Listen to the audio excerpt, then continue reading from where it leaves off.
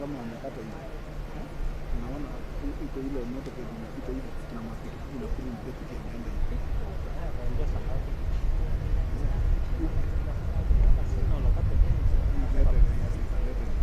You need to clarify hiyo. Oscar ameniambia commander ameniambia atanieleza. Yes. Hata hapa amenieleza hata wajua kutoka wajua anaanza kulaina hapa. Kazi kwa kila time ilibidi tulete hapa na ilikuwa ndio tuleta joto. So must be very careful. Sawa. Sasa.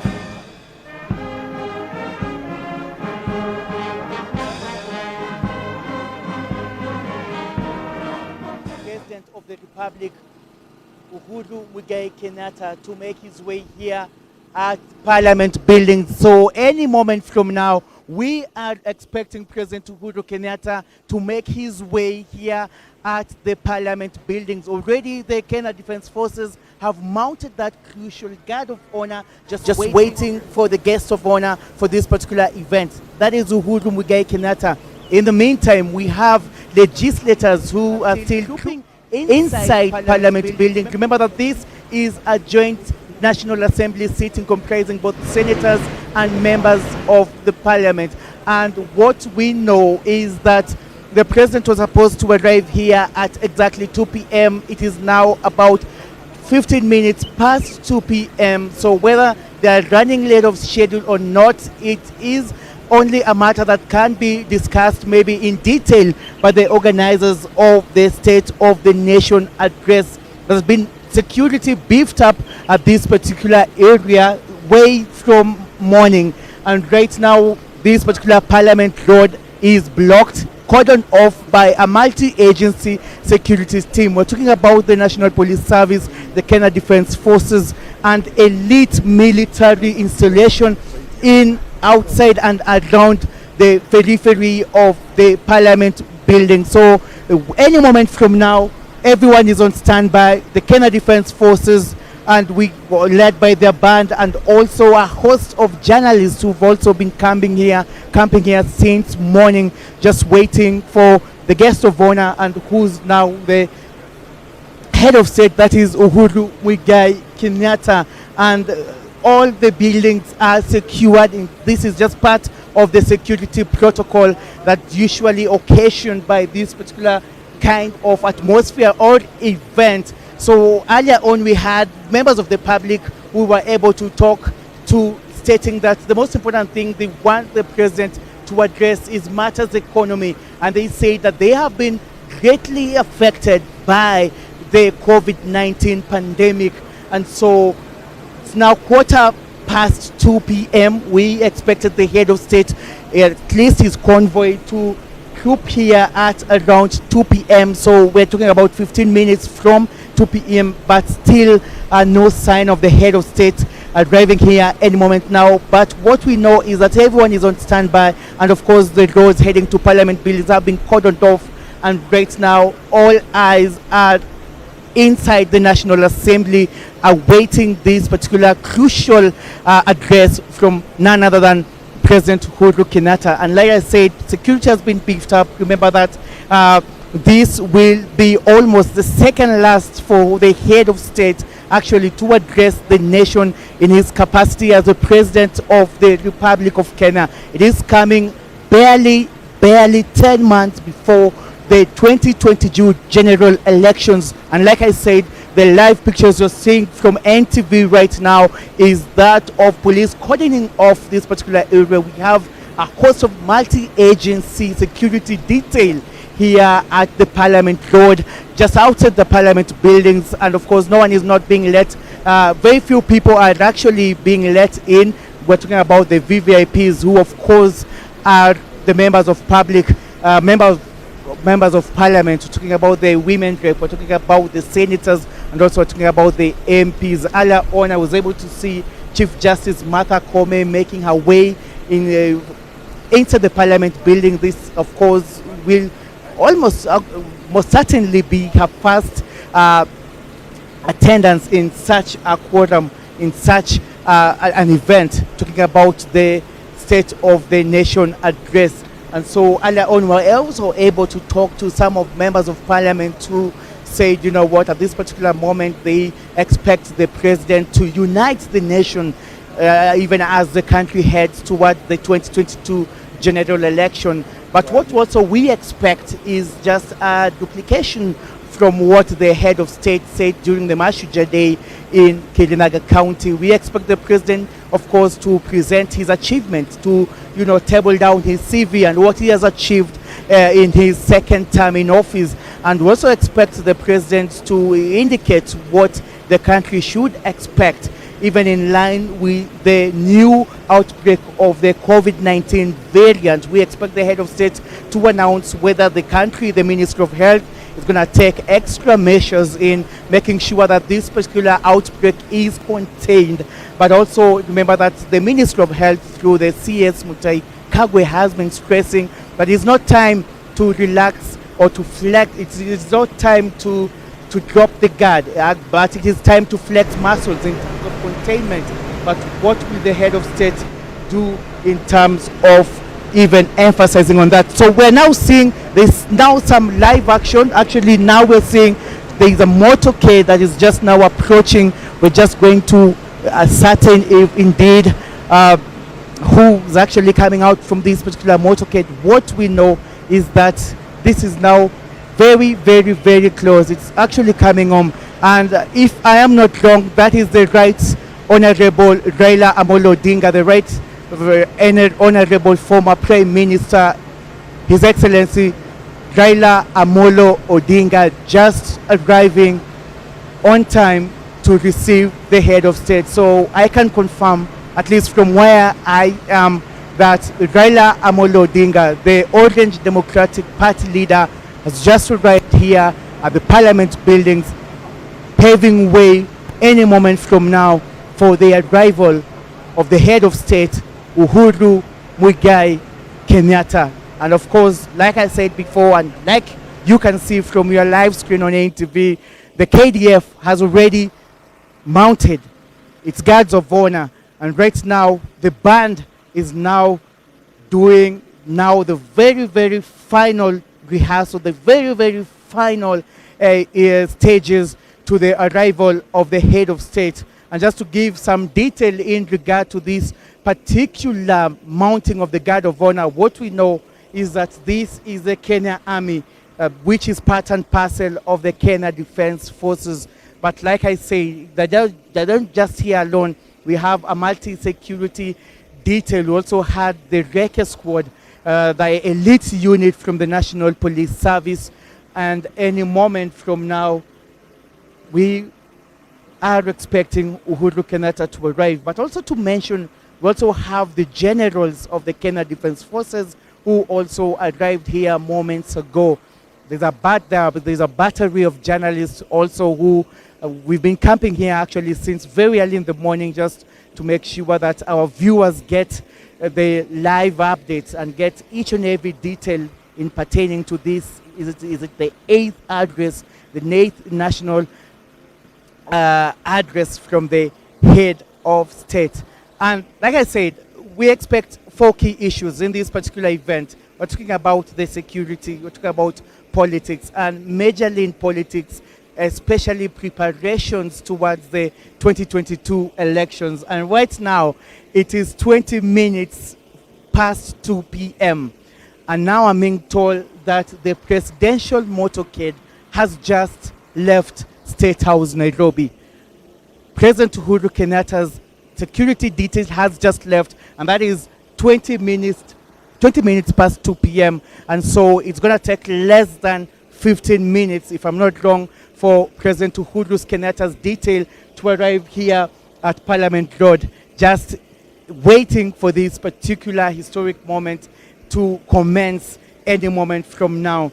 And when we were talking about the 4 issues we expect Uhuru Kenyatta to address, we're talking about the health, and health mainly will be about the country's fight against COVID-19. Security will entail both internal and external security. Remember that there has been a threat, a terror threat, and this was confirmed by Interior Cabinet Secretary Fred Matiang'i, who actually said that they are on high alert. The country is on high alert, and this one came from a series of events. Remember the 3 terror convicts who were rearrested in Kitui County, and the security detail in the country were on high alert that if they would have crossed over the borders, maybe they would have been planning a terror attack.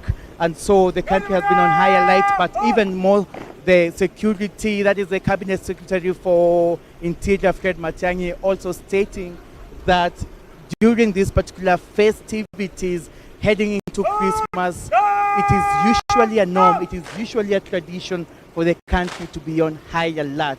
And so any moment from now, ladies and gentlemen who are watching us live on NTV, we are expecting the head of state to make his way. Already all the generals of the Kenya Defense Forces are just in position, queued to receive President Uhuru Kenyatta. And of course, inside Parliament, we will have the Speaker of the National Assembly, the Speaker of the Senate, and a host of legislators, selected legislators, because of matters social distancing and containment of the COVID-19. So there will be about just slightly over 100 members of Parliament who we are expecting to be part and parcel of this particular State of the Nation address. And apart from that, we expect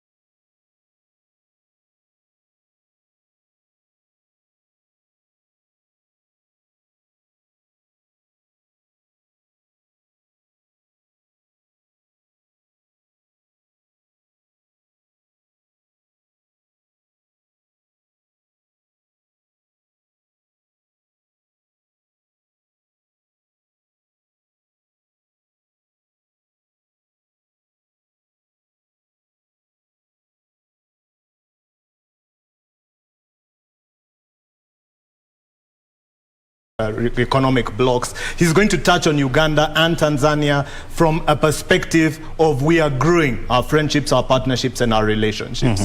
It's very important, as Professor Rigathi has communicated, that we sort out the Somali problem. We sort out the Ethiopian problem.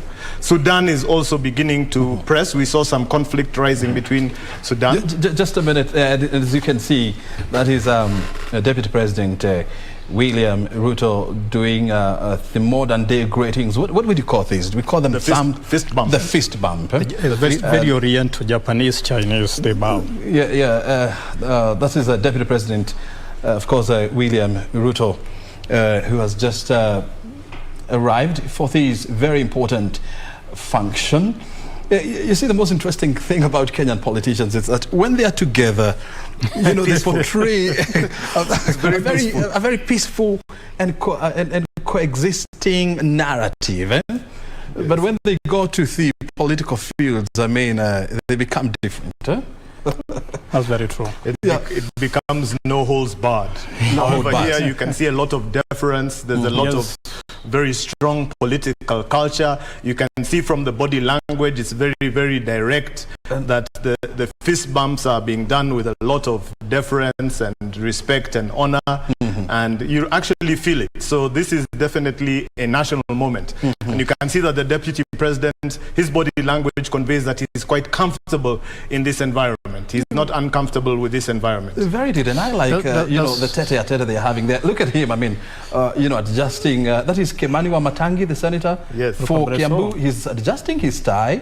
And one thing that we ought to remember is that Kimani Wamatangi is allied to the other arm of politics. Is not aligned to UDA, right? But that tells us that whatever we hear from politicians or see them doing, we should not always follow them, because they have their own agenda compared to their own agenda. The way they act politically is not the way. Is that Suna East Member of Parliament, Junet Mohammed, the one who is bowing?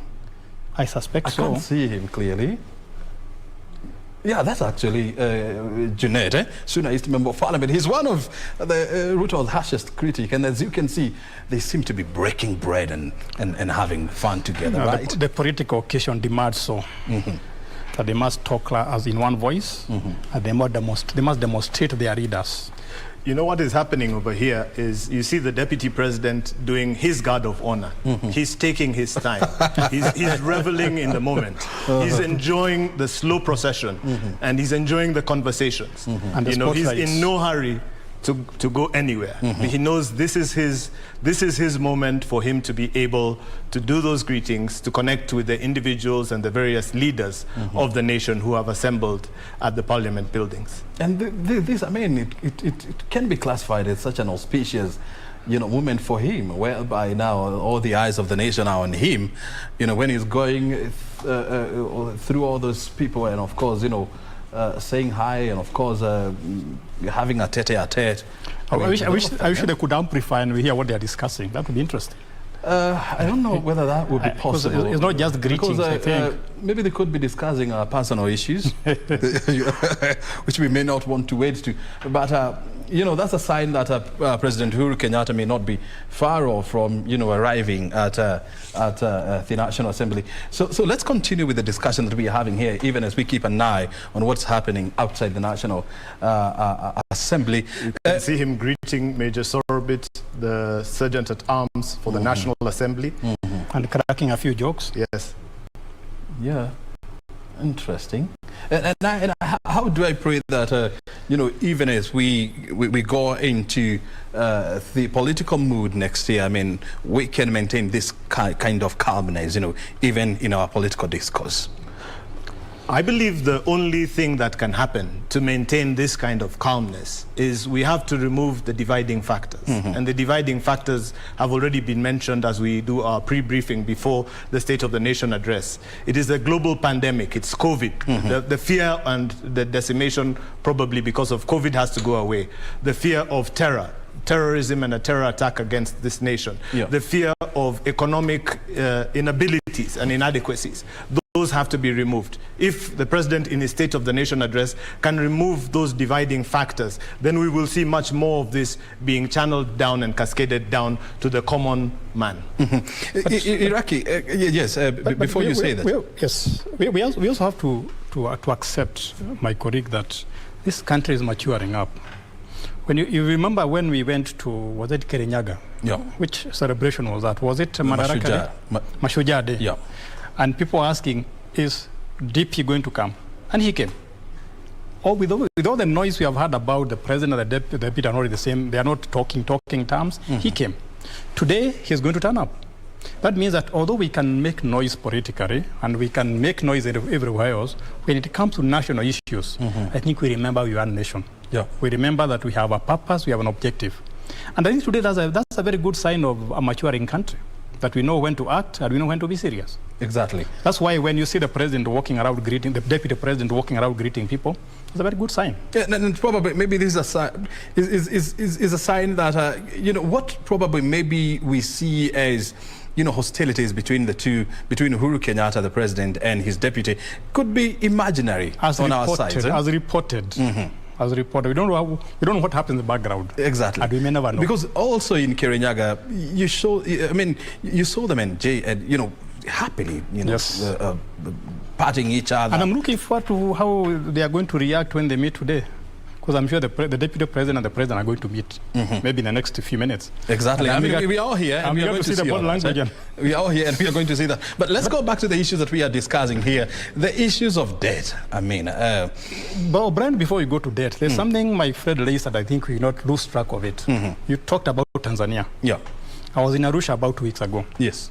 I don't understand why we have this conflict, imaginary or not, between Kenya and Tanzania. It's our neighbor. Will always be our neighbor. We talk the same language, believe it or not. Yeah. And we trade with them. So I don't know where these skirmish come from, Tanzania and Uganda and Kenya. We shall always be neighbors. Yeah. So let's make sure that we are in very good relationship. Number two, I am sorry you left that. There's a proposal that DRC should become part of the East African community. To me, that was very good news. Remember, Southern Sudan was joining East African community. And there's one member we need to join East African community as soon as possible, Somali. One way to pacify Somali is to do more trade with Somali. You seem to be having a very soft spot for Somali. Because I know it is a market. I know it's our neighbor. And they have very beautiful beaches. Very so instead of going to Mombasa, yeah. I want to go to Kismayo Beach when there is peace. That sounds like a plan. Eh? It's very interesting that my colleague Professor Iraqi has mentioned that Somalia is a market. And this signifies the maturity that we've been talking about here in terms of development. Kenya has come of age, O'Brien. That are already and because Kenya has come of age, development is no longer... touched. These are some of them, like the CASs, are they called chief administrative officers? These are some of them that are being defeated in court. So President Uhuru Kenyatta might just come and speak to what he has been able to do, and also once again tell the country of how much kilometers he's been able to build in the different parts of the country. But also more so important is the question of the economy. Remember, it has been battered seriously. with regards to the COVID-19 and what we've been experiencing as a country. Now, the COVID-19 pandemic, despite the fact that President Uhuru Kenyatta in October was able to open up the country and say, now go forth and party, because that is how Kenyans were able to interpret it. Because if you go to any bar right now, because I go to them sometimes, you'll find the number of people there has actually increased. So what they basically say is that with this new variant that has been found, you're calling it Omicron? Omicron. Omicron. I call it Omicron. Potato. You know, Olive is an English person. But we do expect that President Uhuru Kenyatta might be calling again on Kenyans to remain more vigilant. We don't know whether the ministry has been able to advise that it is time that we put travel restrictions to other countries. Remember, even the South African government has come out and said, tafadhali, msituwekee vikwazo. But all in all, it is a wait and see. Yeah, but understandably, it's caused jitters because we've only just reopened. Business is only just picking up once again, and then to have this variant come in and throw a spanner into the works. I know residents of South Africa are viewing it as a punishment for having discovered this new variant. So understandably, it's causing jitters. It's caused jitters in the global economy. I'm sure Julian Zamboko, our business editor, can provide more insight into this. But we saw stock markets plummet. If those are the terms they use. I'm no expert in the world of business, but of course that is, as you said, something Kenyans will want to hear more about as he speaks this afternoon. Yeah, that is very true. But right now, we just want to take you for a short commercial break as we wait for President Uhuru Kenyatta. But Olive and I will be here to give you a straight update on what is going. Keep it NTV.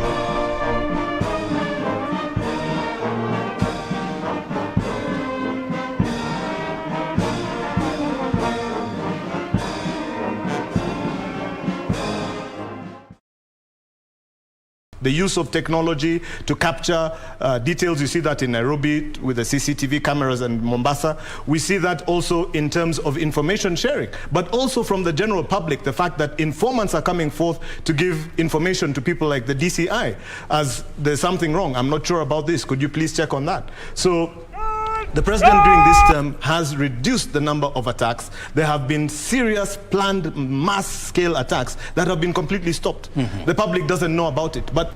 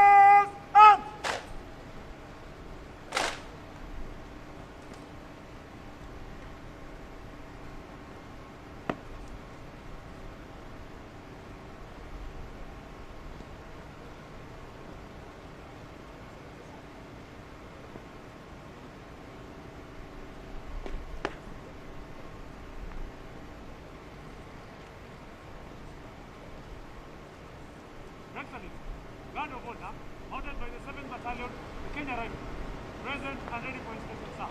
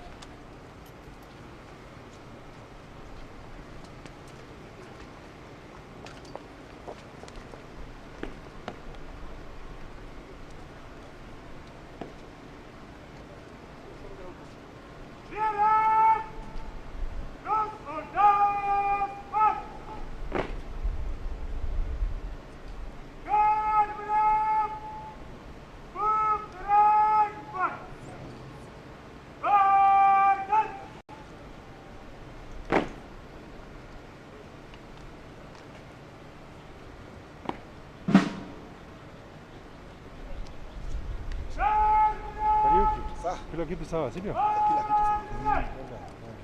sawa.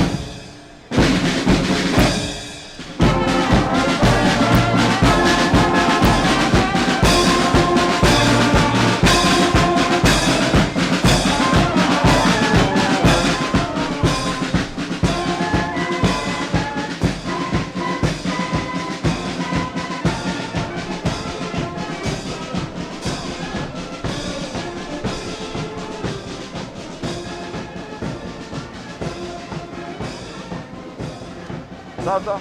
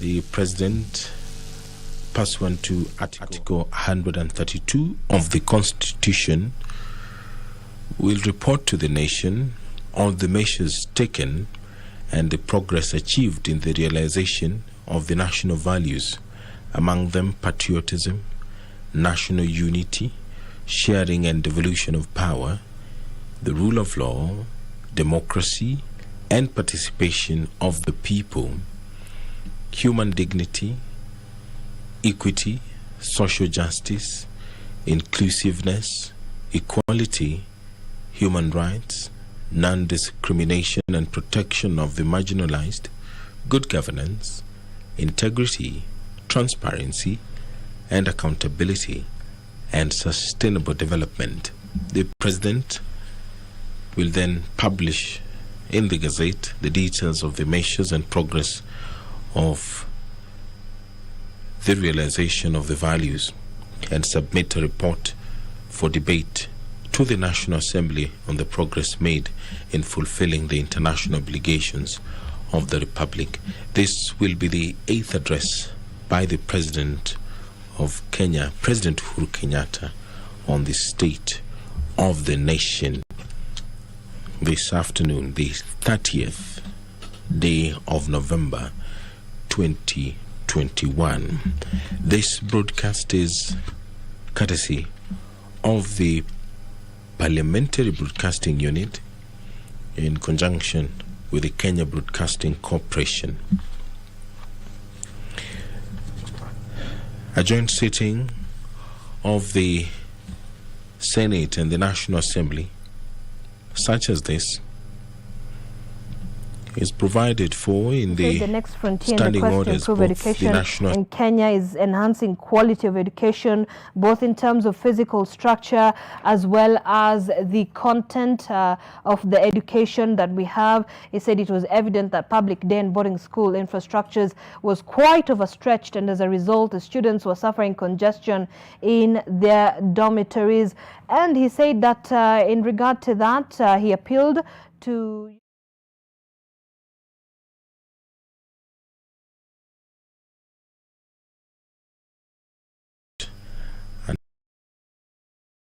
or to such day as may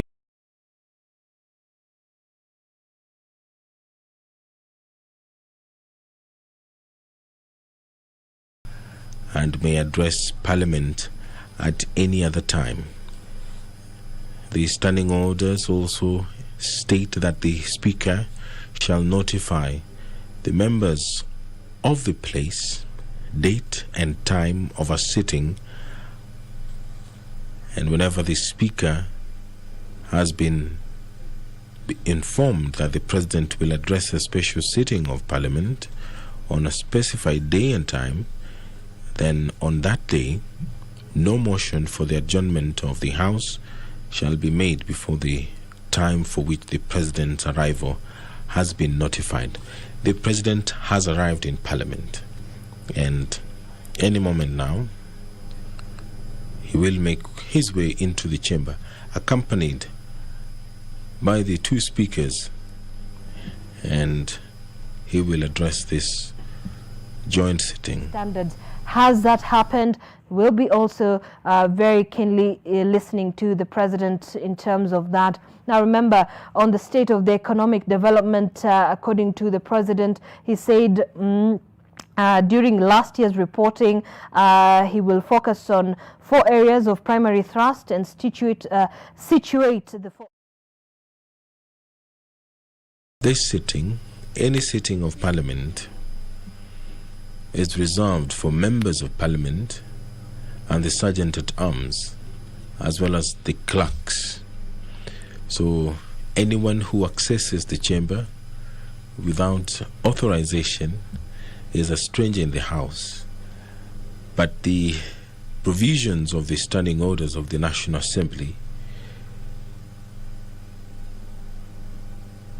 makes room for the aide-de-camp of the President to accompany the head of state and government into the chambers of the National Assembly. Whenever the President addresses Parliament, the Speaker of the National Assembly shall take the seat on the right of the President, and the Speaker of the Senate shall take the seat on the left of the President.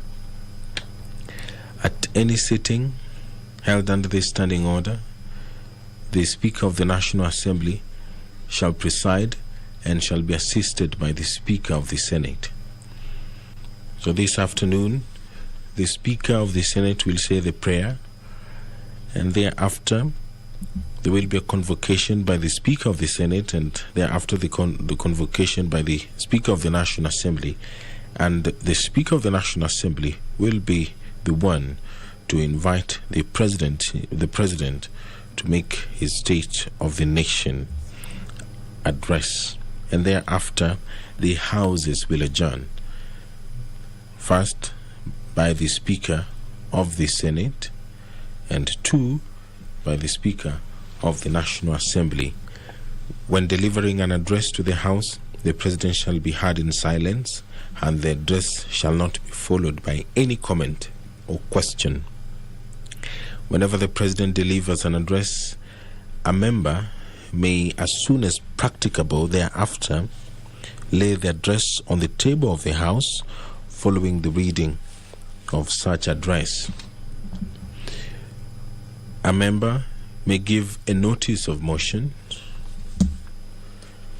that, quote unquote, the thanks of the House be recorded for the exposition of public policy contained in the address of the President delivered on 30th of November 2021, but debate on the motion shall be capped to just 4 sitting days.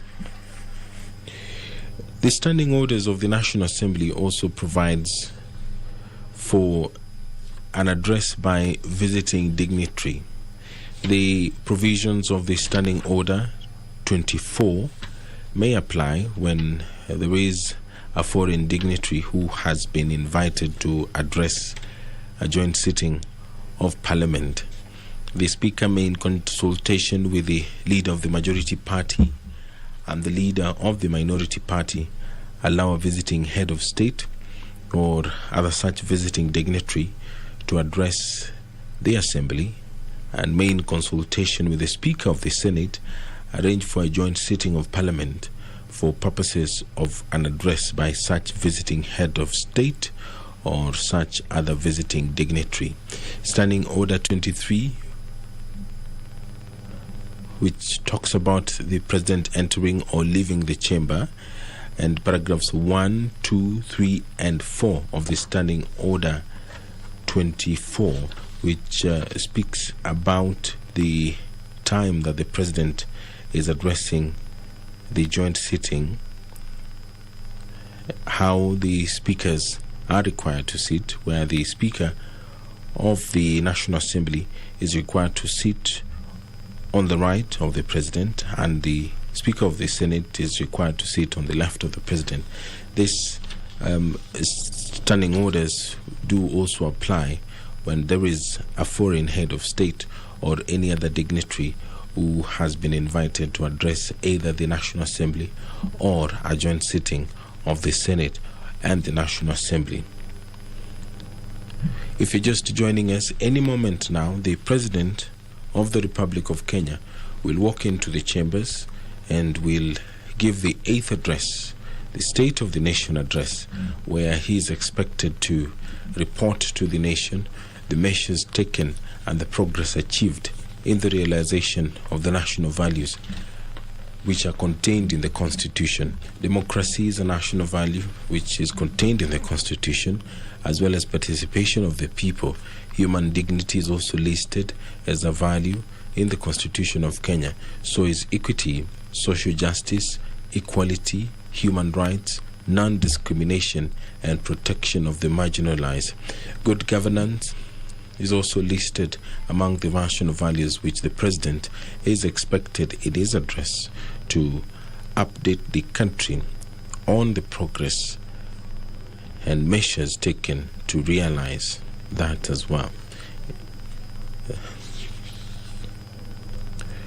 The president has in the past used such an address or occasion to speak about what the country is doing to protect its territorial boundaries.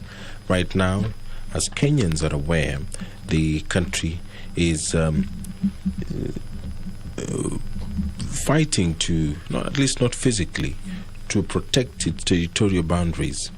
It is one of those issues that the president has spoken about in other forums and made it categorically clear that Kenya will not yield to any pressure and will not forfeit even an inch of its territorial borders.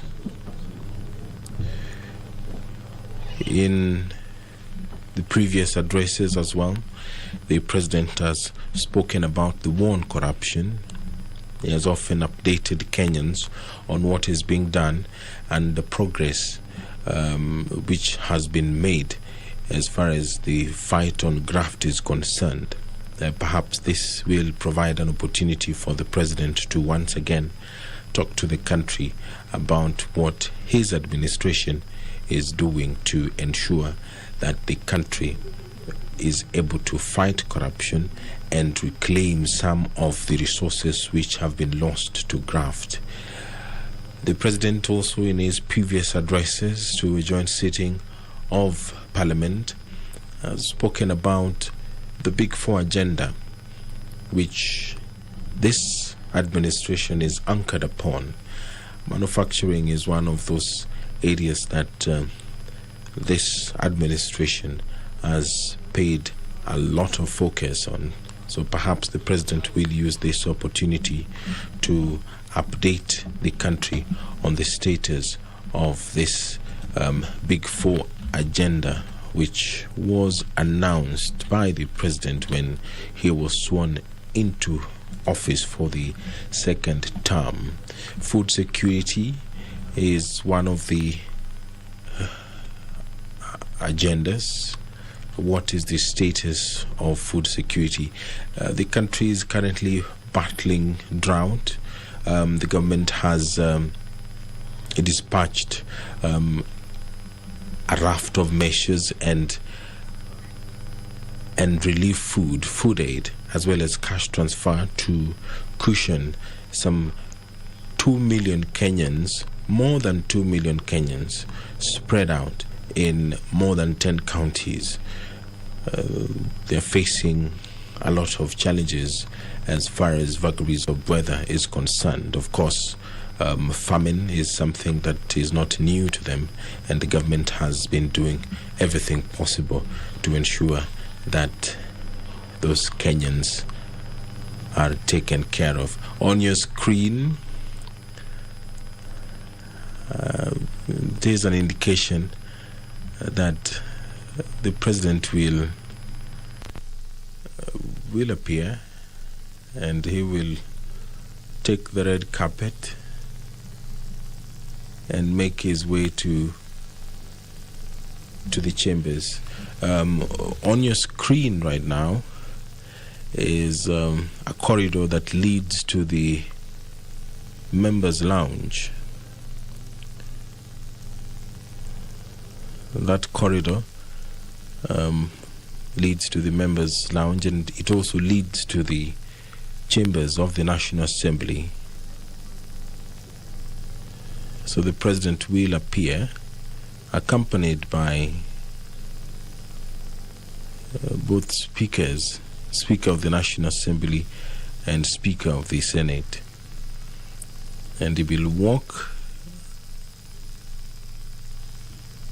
along that corridor and make his way to the National Assembly chambers. The National Assembly chambers is spacious enough to accommodate all the members of Parliament. This includes the members of the National Assembly and the senators.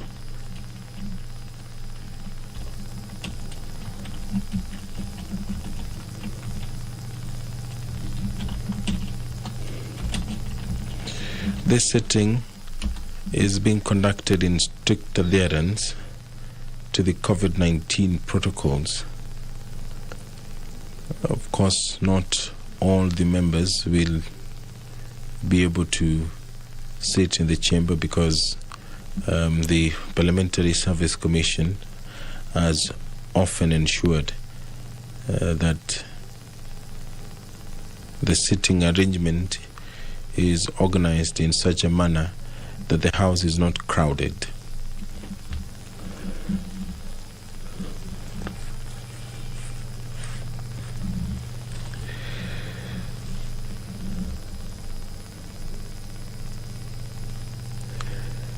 The joint sitting of Parliament, such as this, provides Kenyans with an opportunity to listen to such an address by the head of state and government. And this sitting, this particular sitting, will provide Kenyans with an opportunity as well to listen to the steps which the government is taking to ensure that affordable housing, one of the pillars of President Uhuru Kenyatta's administration, the progress of that, how many Kenyans have been able to be accommodated in this particular program, how many have been able to gain access to affordable housing, universal health care, how many Kenyans are under the National Hospital Insurance Fund, how many Kenyans are able to provide the basic of care, and also in terms of manufacturing, how many Kenyans have been able to set up manufacturing firms, and what is the status of the manufacturing sector in Kenya. And in terms of job creation, how many jobs have been created over the last 12 months, because the State of the Nation address takes place once every year. So the President will be able to update Kenyans on all this, the status of the Big Four agenda, the steps being taken to realize the national values which are contained in the Constitution of Kenya. They include patriotism, national unity, sharing, and devolution of power. Last week, there was the devolution conference which took place in Makueni County, and the focus was the war on climate change. Governors representing counties vowed to take matters into their own hands and play an integral role in the war on climate change. Over 2 million trees are being planted in Makueni County.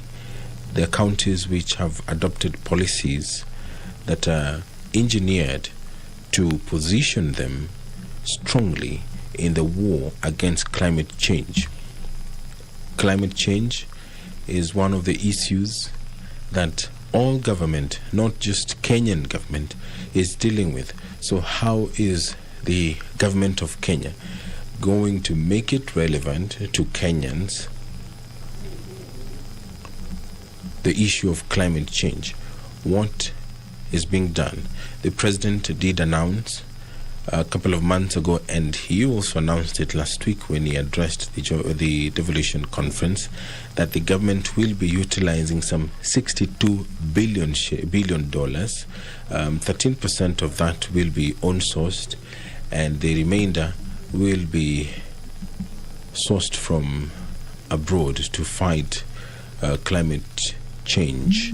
A colorful procession by the Sergeant at Arms, followed by the two maces of the National Assembly, and followed by the clerks of the National Assembly, and President Uhuru Kenyatta, accompanied by the two speakers of the National Assembly and the Senate, making their way into the chambers. It is the time that many Kenyans have been waiting for, and the time is nigh. I will now hand you over for this special broadcast of the State of the Nation address. President Uhuru Kenyatta will be giving the 8th address to a joint sitting of Parliament, the Senate and the National Assembly. Members will be upstanding as President walks into the chamber to address them and address the country on the state of the nation. My name is Edward Kabasa. Now I hand you over for this special.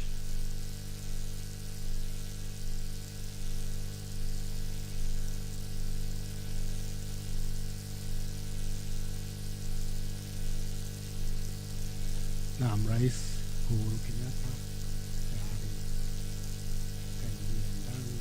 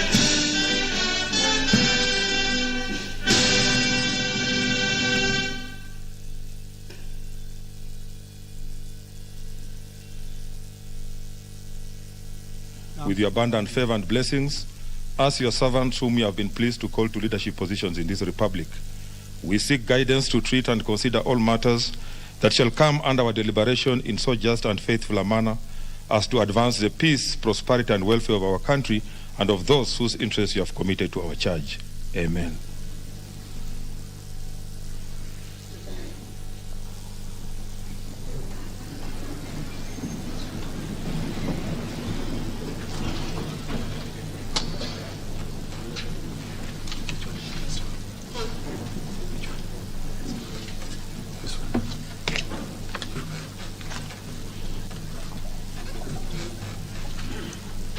Your Excellency, Honorable Uhuru Kenyatta, CGH, President of the Republic of Kenya, and Commander-in-Chief of the Kenya Defense Forces. The Right Honorable Speaker of the National Assembly, Honorable Justin B. Muturi, EGH MP, Honorable Members of Parliament, Article 1321B of the Constitution of Kenya requires the President to address a special sitting of the Parliament of Kenya once every year and any other time.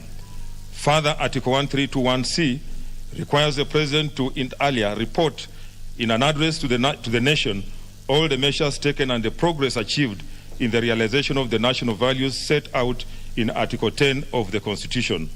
In addition, Article 2407 of the Constitution requires the President in his capacity as the Chairperson of the National Security Council, NCC, to report to Parliament annually on the state of the security of Kenya.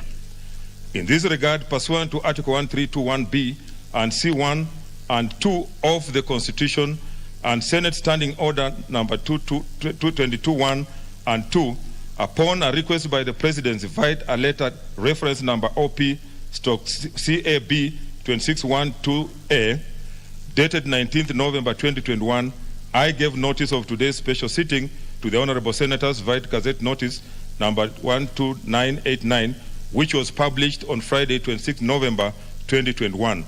Accordingly, Honorable Members, this special sitting is properly convened. I thank you.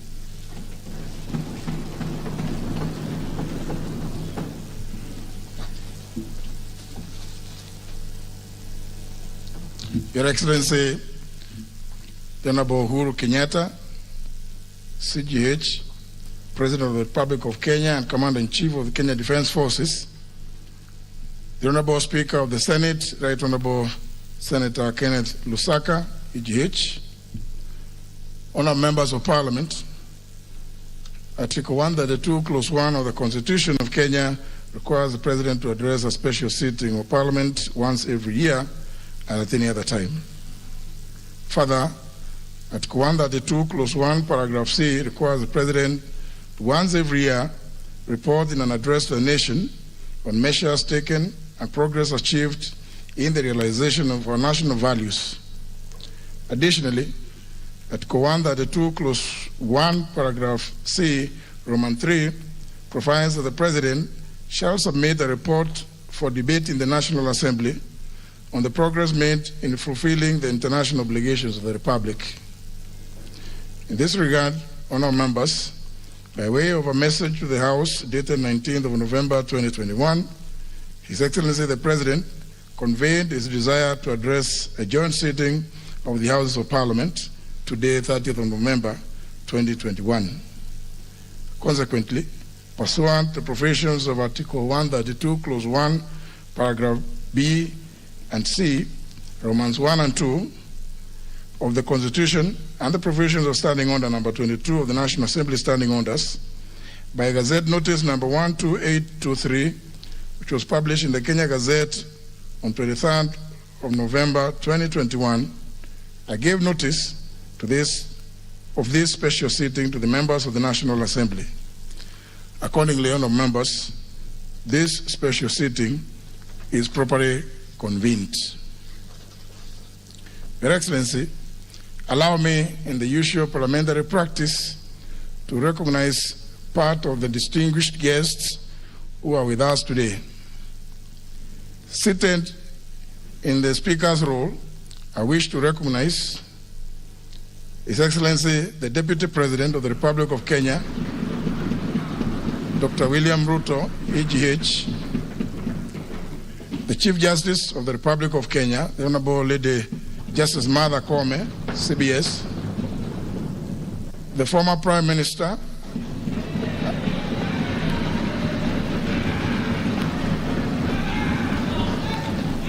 and the African Union's High Representative for Infrastructure Development in Africa, the Right Honorable Raila Amolo Odinga, PGH,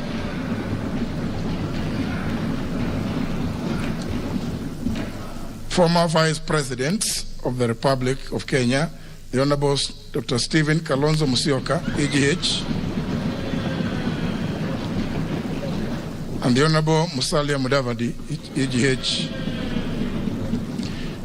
and the Chairperson of the Council of Governors, who is also the Governor of Embu County, the Honorable Martin Wambora, EGH. Please join me, honourable members, in welcoming them to the National Assembly. Your Excellency, allow me also to welcome other members of the judiciary present today, including the Honorable Lady Justice Njoki Ndung'u, Judge of the Supreme Court, Justice Daniel Musinga, President of the Court of Appeal, Lady Justice Lydia Achonde of the High Court, and Justice Oscar Angote, and Lady Justice Maureen Onyango. Your Excellency, may I also accord special recognition to all Cabinet Secretaries present, the Head of the Public Service, Dr. Joseph Kinyua, Principal Secretaries, the Governor of Nairobi City County, Honorable Anne Kananu, members of the Diplomatic Corps present, and the Chairperson of the County Assembly's Forum, who is also the Speaker of the County Assembly of Nyandarua, the Honorable Wahome Degwa. You are all welcome to Parliament. Honourable members, invited guests, ladies and gentlemen, it is now my singular honor and privilege to invite His Excellency the President of the Republic of Kenya and Commander-in-Chief of the Kenya Defense Forces to address this special sitting of Parliament. Welcome, Your Excellency.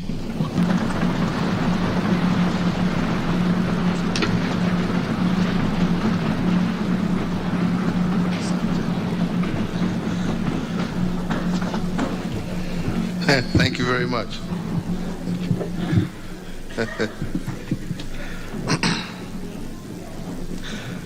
The Honorable Speaker of the National Assembly, the Honorable Speaker of the Senate, Honorable Members of Parliament, distinguished guests, ladies and gentlemen, indeed it is my distinct honor and high privilege to once again return to the chambers of Parliament to deliver my 8th State of the Nation address since my assumption of office as the 4th President of the Republic of Kenya on Tuesday, 9th of April, 2013.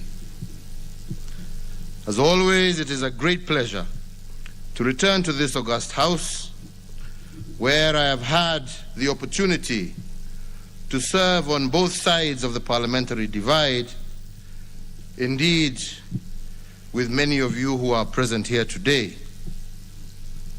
I first served as a nominated member of Parliament, introduced into this chamber by the Honorable Raila Odinga and the Honorable Musalia Mudavadi, and later as a cabinet minister. And after an unsuccessful presidential bid in 2002, I found myself on the opposition benches as the leader of the official opposition and member of Parliament for Gatundu South. 5 years later, I was called to serve as Deputy Prime Minister in the Grand Coalition Government under His Excellency, the former President, Honorable Mwai Kibaki, and the Honorable Prime Minister, Right Honorable Raila Odinga. In that position, in that administration, I held 2 positions, the Minister of Trade and later the Minister of Finance. This journey of mixed fortunes taught me that you could serve your country in any capacity, because service is not a position, it is action. It also taught me to have empathy for both sides of the parliamentary divide, and indeed all shades of political opinion. Of all the lessons, the enduring one is that Kenya is always greater than any one of us. Indeed, in times of great political turmoil, men and women must be spurred by the love of their country to bridge partisan divides and to come together to put Kenya first. It is not always easy, but honorable members, it is necessary. Then as now, we are called upon to do all that is necessary to heal Kenya, to build bridges, and to focus on the 99% of shared visions of a better Kenya as a priority to the 1% of differing ideologies and positions. Personal ambitions were placed aside for the good of Kenya and the enduring benefit of generations of Kenyans yet unborn. And that selfless service, that sacrifice, led to the people of Kenya ultimately working together, bestowing upon me the high honor and extreme privilege of serving them as president in 2002. For the trust and faith that the great people of Kenya placed on me, I am and will forever be most grateful and internally humbled. Mr. Speaker, today I return to Parliament as President, and I am here to fulfill a constitutional imperative introduced into our political tradition and practice by the 2010 Constitution. In fact, I was indeed privileged to be the second president to be discharged this constitutional mandate when I first made my first State of the Nation address on the 27th of March 2014. The Constitution at Article 132 mandates the President to report to a special joint sitting of both houses of Parliament on measures taken and progress made in the realization of our national values as defined by Article 10 of our Constitution. I am also constitutionally obliged to report on the status of our fulfillment of the international obligations of the Republic and the state of our national security and the general state of the nation. In line with this constitutional instruction, my address today will lay emphasis on three elements that I consider important to our country. The first is the state of our economic development, which is about our national well-being. The second is the state of our social structure, which looks at the restoration and propagation of the dignity of our people. And the third is the state of our nationhood, which speaks to the soul of our nation, including the state of our democracy. Before I report on these thematic areas, allow me, ladies and gentlemen, and honorable members, to give a brief account on the state of our national response to emerging disruptions. Specifically, I want to now put on record how the power of choice on the part of our administration, as supported by Parliament and indeed the county governments, turned the COVID-19 pandemic from a national crisis to what I believe is an intergenerational opportunity.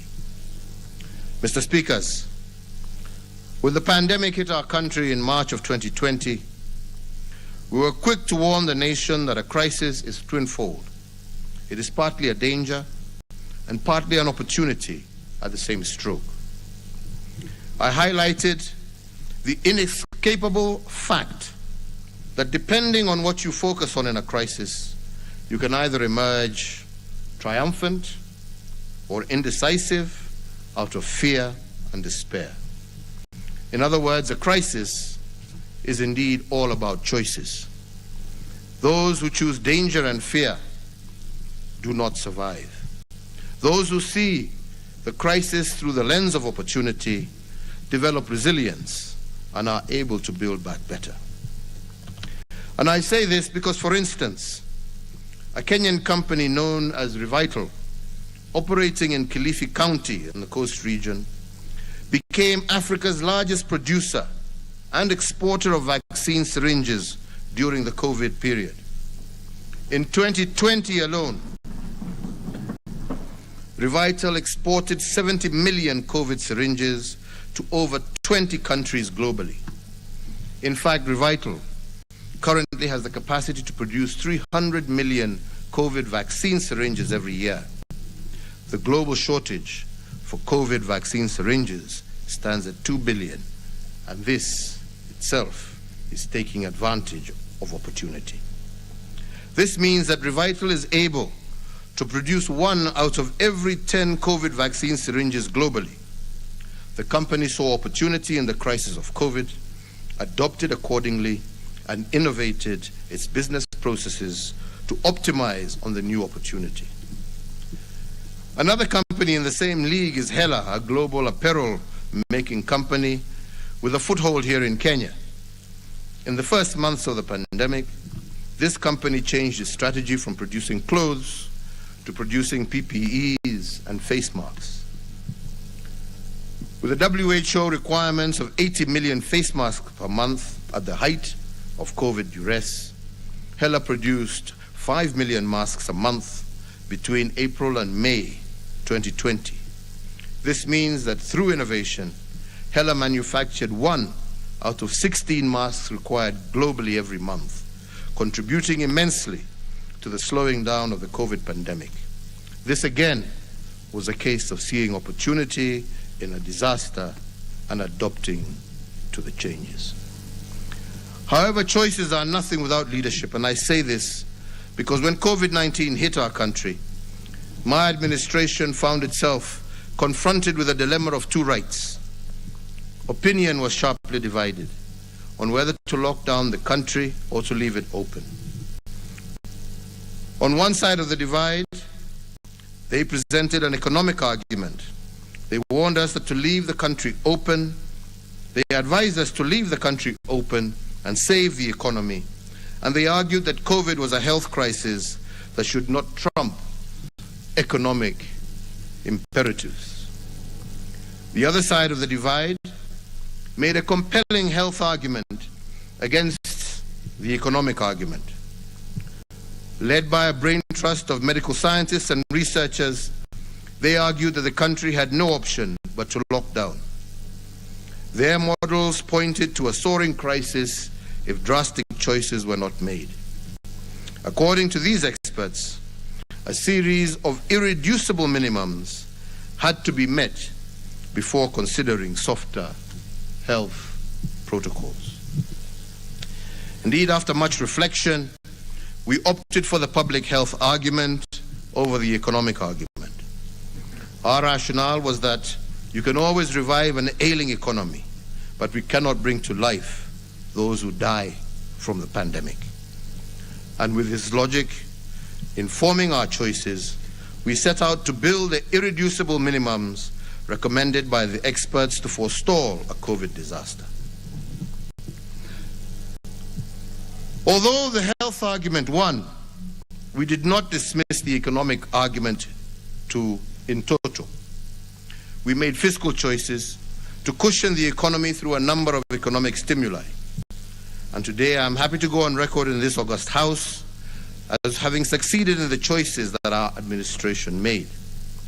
Because of our fiscal stimuli, today I can report that the impact of COVID on our economy was 14 times lesser than that on the global economy. As part of the first stimulus package that we announced interventions that warranted the national exchequer to forego taxes amounting to Kenya shillings 176 billion. These tax measures included the immediate reduction of VAT from 16% to 14%, 100% tax relief for all persons earning up to Kenya shillings 24,000, reduction of pay as you earn from 30% to 25%, reduction of corporation tax from 30% to 25%. We also caused the lowering of the central bank rate, the CBR, to 7.25% from 8.25%, so as to prompt commercial banks to lower interest rates applicable to their borrowers and thereby avail much needed affordable credit to MSMEs across our country. We lowered the cash reserve ratio, the CRR, to 4.25% from 5.25%, so as to provide additional liquidity of approximately 35 billion to commercial banks in order to directly support borrowers that were distressed as a result of the economic effects of the COVID-19 pandemic. The Central Bank of Kenya also provided flexibility to banks with regard to the requirements applicable to loan classification and provision of loans that were performing as of the 2nd of March 2020. We further engaged banks and all financial institutions to support all enterprises and families that sought to restructure their commercial banking through debt moratoriums and review of tenure of these facilities. There was a temporary suspension of the listing of the credit reference bureaus of any person, micro, small and medium enterprise and corporate entities whose loans had fallen overdue or was in arrears. The Kenya Revenue Authority was directed to expedite the payments of all verified VAT refund claims amounting to some 10 billion shillings, or in alternative, allow for the offsetting of withholding VAT in order to improve cash flows for businesses. The 6 billion shillings from the Universal Health Coverage Kitty was immediately appropriated strictly towards supporting counties in the recruitment of additional health workers to support in the management of the spread of COVID-19. Subsequently, we rolled out the second stimulus package with the support of this House, whose tenant was an 8-point economic stimulus program amounting to some Kenya shillings 56.6 billion. The first element of the 8-point program focused on Buy Kenya, Build Kenya policy. On local infrastructure development, we allocated 10 billion towards the National Hygiene Program dubbed Kazi Mtaani Initiative. The program was conceptualized as an extended public works project aimed at utilizing labor-intensive approaches to create sustainable public good in the urban development sector. The program has so far secured gainful engagement to over 750 youths engaged in the improvements to the environment and hygiene and in the rehabilitation of access roads, footbridges, and other public infrastructure through local labor. The second was on education, with an additional 6.5 billion to the Ministry of Education to hire an additional 10,000 teachers and 1,000 ICT interns to support digital learning and the acquisition of 250,000 locally fabricated desks. The third element of the program targeted small and medium enterprises through an injection of Kenya shillings 5 billion as seed capital for the SME Credit Guarantee Scheme. The intention here was to provide affordable credit to small and micro enterprises. The fourth focused on universal health coverage through acquisition of locally made beds. The fifth element of the stimulus program focused on agriculture.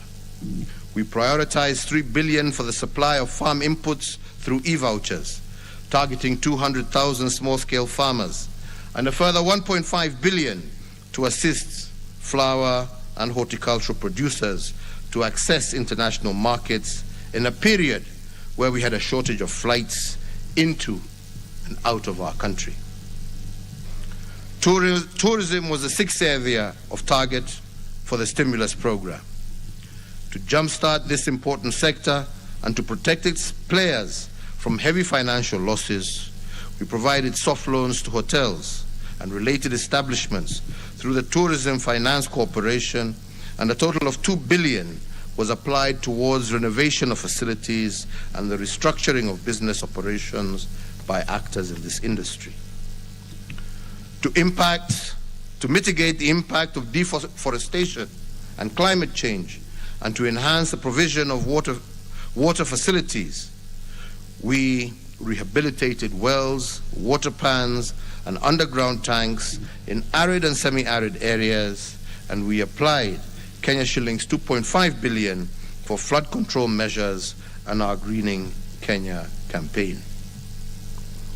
The eighth and final element was a stimulus program was manufacturing. As a strategy, we enforced the policy on Buy Kenya, Build Kenya, and we set aside an initial investment of 600 million shillings to purchase locally manufactured vehicles. This was expected to sustain the operations of local motor vehicle manufacturers and their attendant employment of workers. Mr. Speakers, the foregoing interventions help to reinforce the resilience of our economy while cushioning millions of households against the effect of the economy.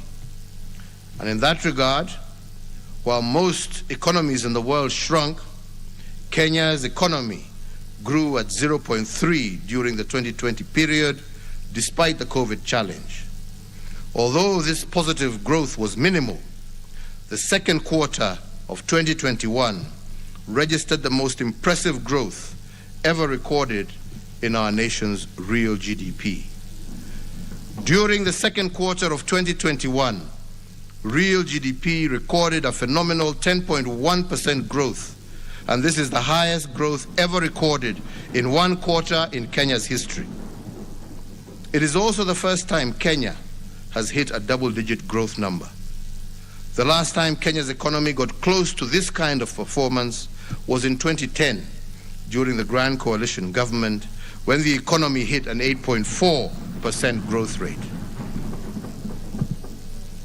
And it was this impressive trajectory that led me to announce the 13-point interventions unveiled on Mashujaa Day this year to cushion the economy with a further Kenya shillings 25 billion as our third stimulus package, pushing the aggregate of our stimuli over the COVID period to Kenya shillings 257 billion.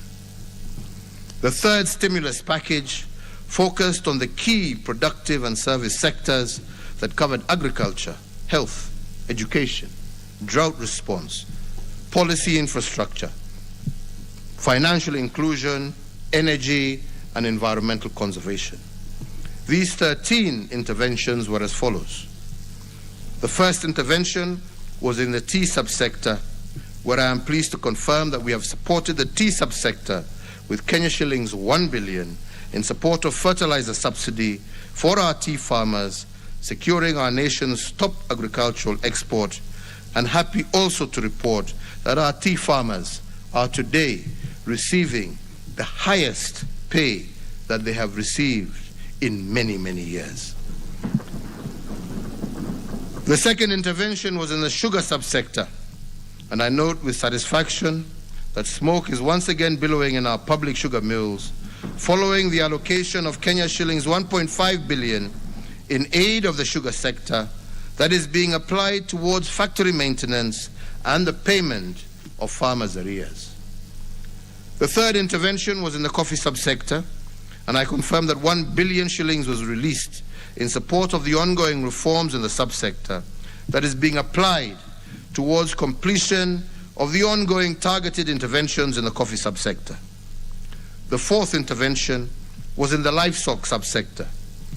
The Kenya shillings 1.5 billion National Livestock Offtake Program is on course in support of communities adversely affected by the ongoing drought in ASAL counties.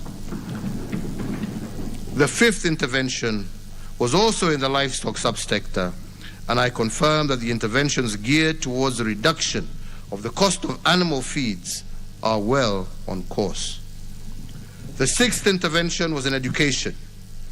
Noting the success of my administration's policy on 100% transition from primary to secondary school, I did direct that the National Treasury should allocate a further 8 billion shillings to the Ministry of Education for the CBC Infrastructure Expansion Program, targeting the construction of 10,000 classrooms. And I am most pleased to confirm to the nation that all the county's works and constructions of the classrooms should commence by early December 2021.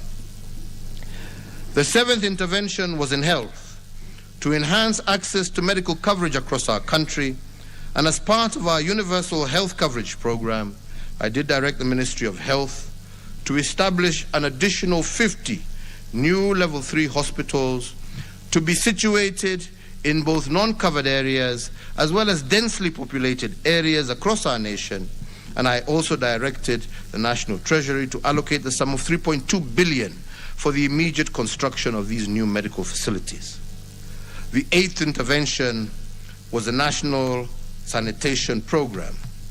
We started this program, as I said earlier, to harness the energy of our young people and to give them a buffer against COVID-related unemployment.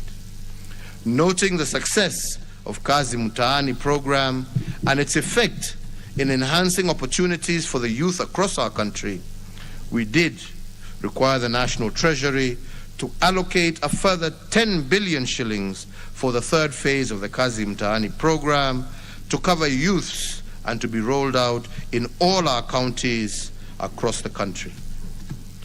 The ninth intervention was on energy and petroleum.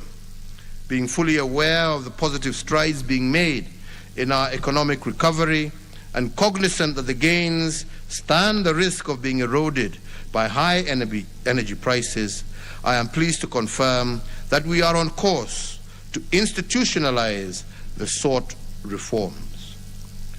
The 10th intervention was on access to credit. Critically, I asked the National Treasury and the Central Bank of Kenya to consider suspending the blacklisting of creditors with loans below Kenya shillings 5 million at the Credit Reference Bureau, in a move that targeted retaining the bounce-back potential of the foundation of our economy.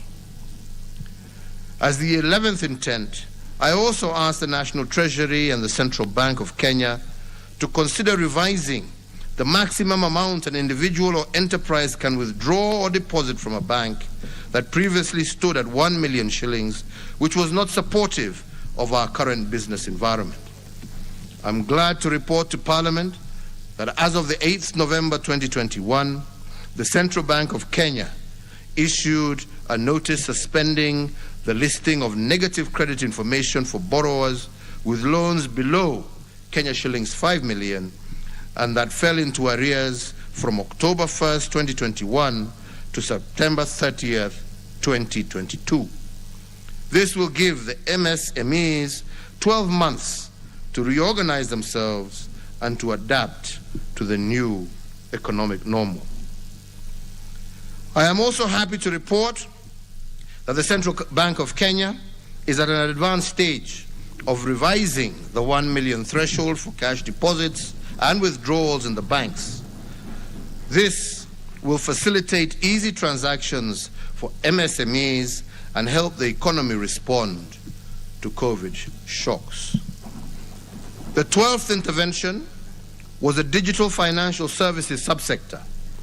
In recognition of the importance of the digital financial services, especially in the small-scale traders and households at large, I did direct the National Treasury to engage all digital payment providers with the aim of deepening and expanding the use of payment channels.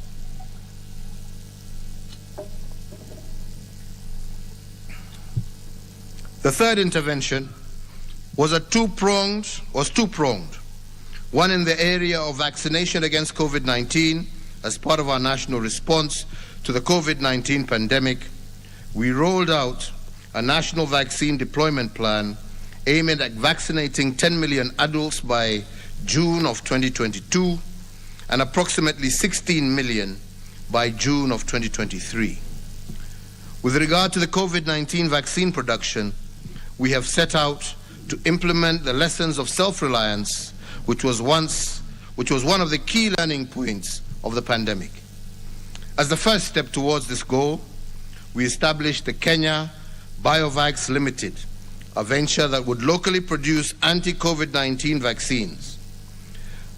I therefore directed the Ministry of Health to operationalize the company to form and fill an eventual manufacture of our locally produced vaccines by Easter of next year. Honorable members, ladies and gentlemen, at this point I would like to take special note of the resilience of our revenue collection systems under the Kenya Revenue Authority. For the first time, KRA has exceeded its revenue collection target despite the COVID stress over the economy. The KRA projected a Kenya shillings 1.5 trillion collection in tax during 2020.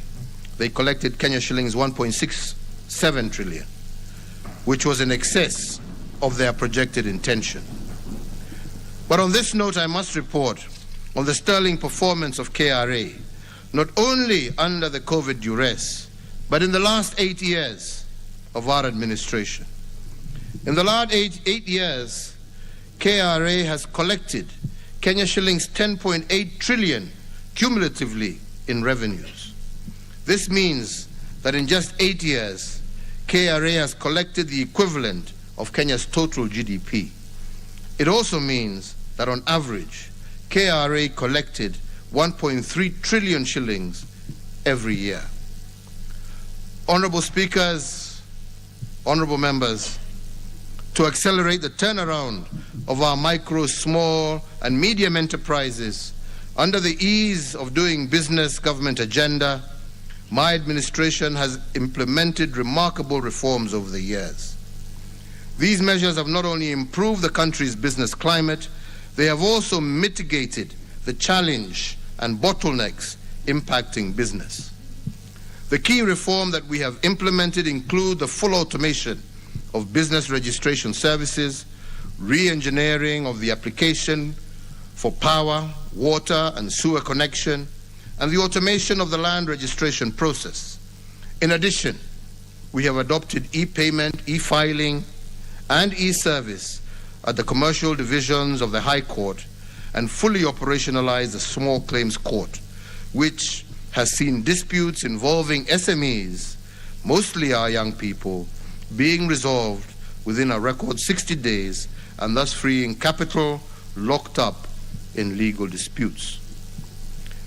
Equally important is the full automation and streamlining of the payment of taxes in order to ease the burden of compliance and the redesigning of the import and export processes, which has reduced the cost while improving efficiency of our ports, among other notable reforms. Mr. Speakers, as an affirmation that our reforms on ease of doing business are bearing dividend, just last week we scored a global first with the President of the European Investment Bank, who was in the country to witness the official opening of the European Investment Bank's first regional hub outside the European Union. The Nairobi Regional Hub will cover 11 countries in Eastern and Central Africa and will act as a pilot for the setting up of other EIB regional hubs into the future. This speaks to our administration's agenda to position Nairobi as an international financial center.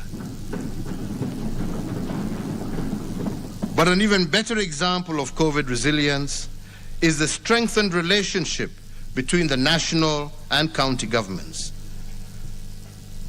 Although the National and County Government Summit has operated smoothly since it became effective, I must admit that the COVID pandemic revitalized its energy. Whenever we gathered as a summit during this crisis, the consciousness of the entire nation was called to order. We put asunder the political dynamics of the moment, and our only business became Kenya. We demonstrated in word and in deed that devolution is a powerful driver of social economic development, and it creates synergies and acceleration points that in turn generates tangible benefits for all Kenyans. We understood very well that to overcome the crisis, we had to act as one. Rather than allowing the nation to succumb to COVID fatigue, we came together and galvanized our people towards strength, resilience, and building back better. Where others stumbled and fell, we rose and soared. During the COVID stress period, the national and county governments demonstrated their true leadership. Nothing demonstrates this better than the strengthening of our healthcare systems under the dark cover of the COVID-19 pressure. When the COVID pandemic hit our country, we had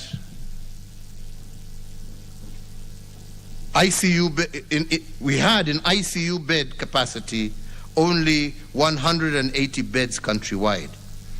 This translated to an average of 2 ICU beds in each county.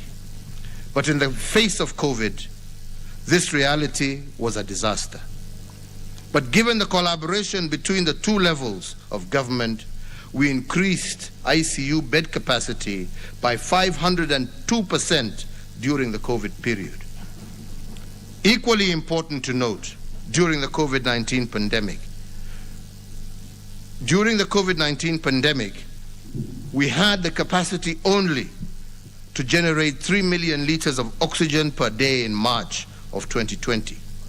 Today, I am proud to say that we have improved our oxygen generation capacity in public health facilities by 10 times to 32 million liters per day as of October 2021. Kenya can be proud of one more innovation. in March of 2020, we had only one laboratory that could test notifiable diseases of international concern. In fact, we had to send our tests for notifiable diseases to South Africa. When the COVID pandemic hit our country, we had to wait 5 days for the South African laboratories to send us results. Today, we have moved from one testing laboratory to 95 well-equipped laboratories. What is it then that we have learned from the COVID disaster? We have learned that our solutions must be homegrown.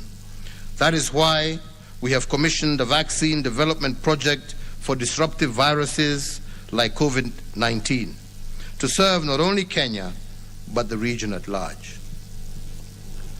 Mr. Speakers, another national reminder of the opportunities we seized during COVID-19 was the site of the Likoni Channel crossing in Mombasa.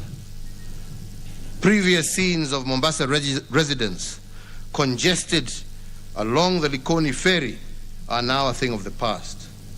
The iconic Likoni floating bridge, built in a record time of 6 months and opened to the public in December 2020, sees over 150,000 residents cross the channel on a daily basis in an orderly, safe, and secure manner. This has not only allowed for the efficient management of time and mobility across the channel, but significantly moderated the incidences of COVID-19 transmission and contributed to our overall disease mitigation strategy in the coastal region.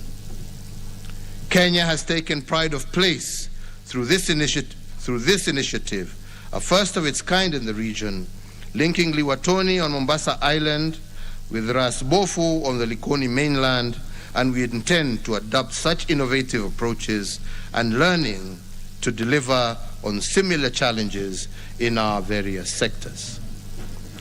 In sum, Mr. Speakers, COVID was both a danger and an opportunity.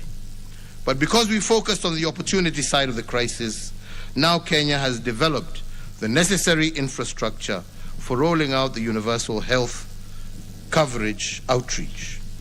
But of equal importance, our COVID innovations in the area of health have propelled us to a place where Kenya can become a destination for health tourism for the region and beyond. Honorable members, ladies and gentlemen, I cannot end this COVID part of my address to Parliament without paying tribute to the people of Kenya for their commendable civic responsibility in the fight against COVID-19. While my administration provided leadership and action, our people supported us with self-sacrifice and civic duty.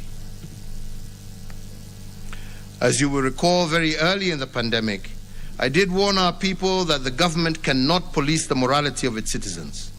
I warned that in a war against an invisible enemy like COVID, our former way of life would have to be adapted to a new normal where every Kenyan was his or her neighbor's keeper. In this new normal, citizens do not fight for liberties, they scramble for survival. When I made this call for civic responsibility in the face of COVID, I also emphasized that responsibility is not a burden, but it is a civic duty. I pay tribute to our fellow citizens for being responsible members of our communities. And indeed, as our forefathers stressed time and time again, our greatest strength will always be our unity. Today, I am happy to report that despite the challenges and immense pressures and limits on our way of life, Kenyans did rise to the task and acted responsibly and prevent the worst case scenarios. And due to this, and after careful consideration, during the Mashujaa Day celebrations, I lifted the curfew and restriction of movement countrywide. Once again, as we have always done, we have shown that Kenyans are a people who put country above self, neighbor above individual, and we are a people who firmly believe in exercising our rights and freedoms in a responsible and purposeful manner. While a few battles have been won, the war against COVID is not yet won, and we cannot rest on our laurels. Now more than ever, we are faced with yet another variant of this coronavirus, the Omicron variant that is said to carry a higher risk of infection. This variant may explain infection rate spikes that we are witnessing across the globe. I did pledge to the nation in June of this year that by Christmas we would have over 10 million adults vaccinated. As of today, we have achieved a target of 7.1 million Kenyans, up from 5 million as announced on Mashujaa Day in October 2020. Mr. Speakers, to fortify our national resolve against COVID-19 and in honor of all those Kenyans that we have lost to the disease, I do urge today all Kenyan adults to visit their nearest medical facility to receive their COVID-19 vaccinations. The COVID-19 vaccines are in stock across our country and in all our counties, and already with a daily average rate of over 100,000 vaccinations, we have a much smaller target to meet within the next 25 days. I therefore once again call on all Kenyans to rally under the call of 25 days to Christmas to secure their vaccinations, to meet and surpass the target that we set ourselves. And I invite the media in all its various forms to use their platforms to perform the social good and promote the vaccination campaign. This new variant's profile, as for now, remains unknown. It is therefore better to err on the side of caution. By receiving our vaccinations, we will have played our part in securing not only our own lives, but also in protecting the lives of those around us. Let us be responsible in this endeavor. That shot in the arm is the most powerful weapon against the disease that has ravaged the world. That shot in the arm of every adult Kenyan will also be a shot in the arm for our economy and our social institutions. It ensures that we can conquer, that if we can conquer and put this disease aside and fully return to normal, we can continue on our growth trajectory. No Kenyan should hold back from this perfectly safe and free way to protect yourself, your family, your neighbors, your colleagues, and the nation at large. Let us tear down this disease, ladies and gentlemen. Mr. Speakers, throughout our history, the collective task of nation building has been guided by the shared aspirations of eradicating the indignities of ignorance, disease, and hunger. This was the vision that fueled our struggle for independence. Post-independence, every Kenyan generation and every administration since has sought to do all within its means to finally slay the three-headed monster that has plagued us for over many centuries. To steer the nation towards a path for the realization of these aspirations, the people of Kenya entrusted the responsibility of actualization of that vision on the elected and appointed state officials and officers to whom the powers of our nation have been delegated to.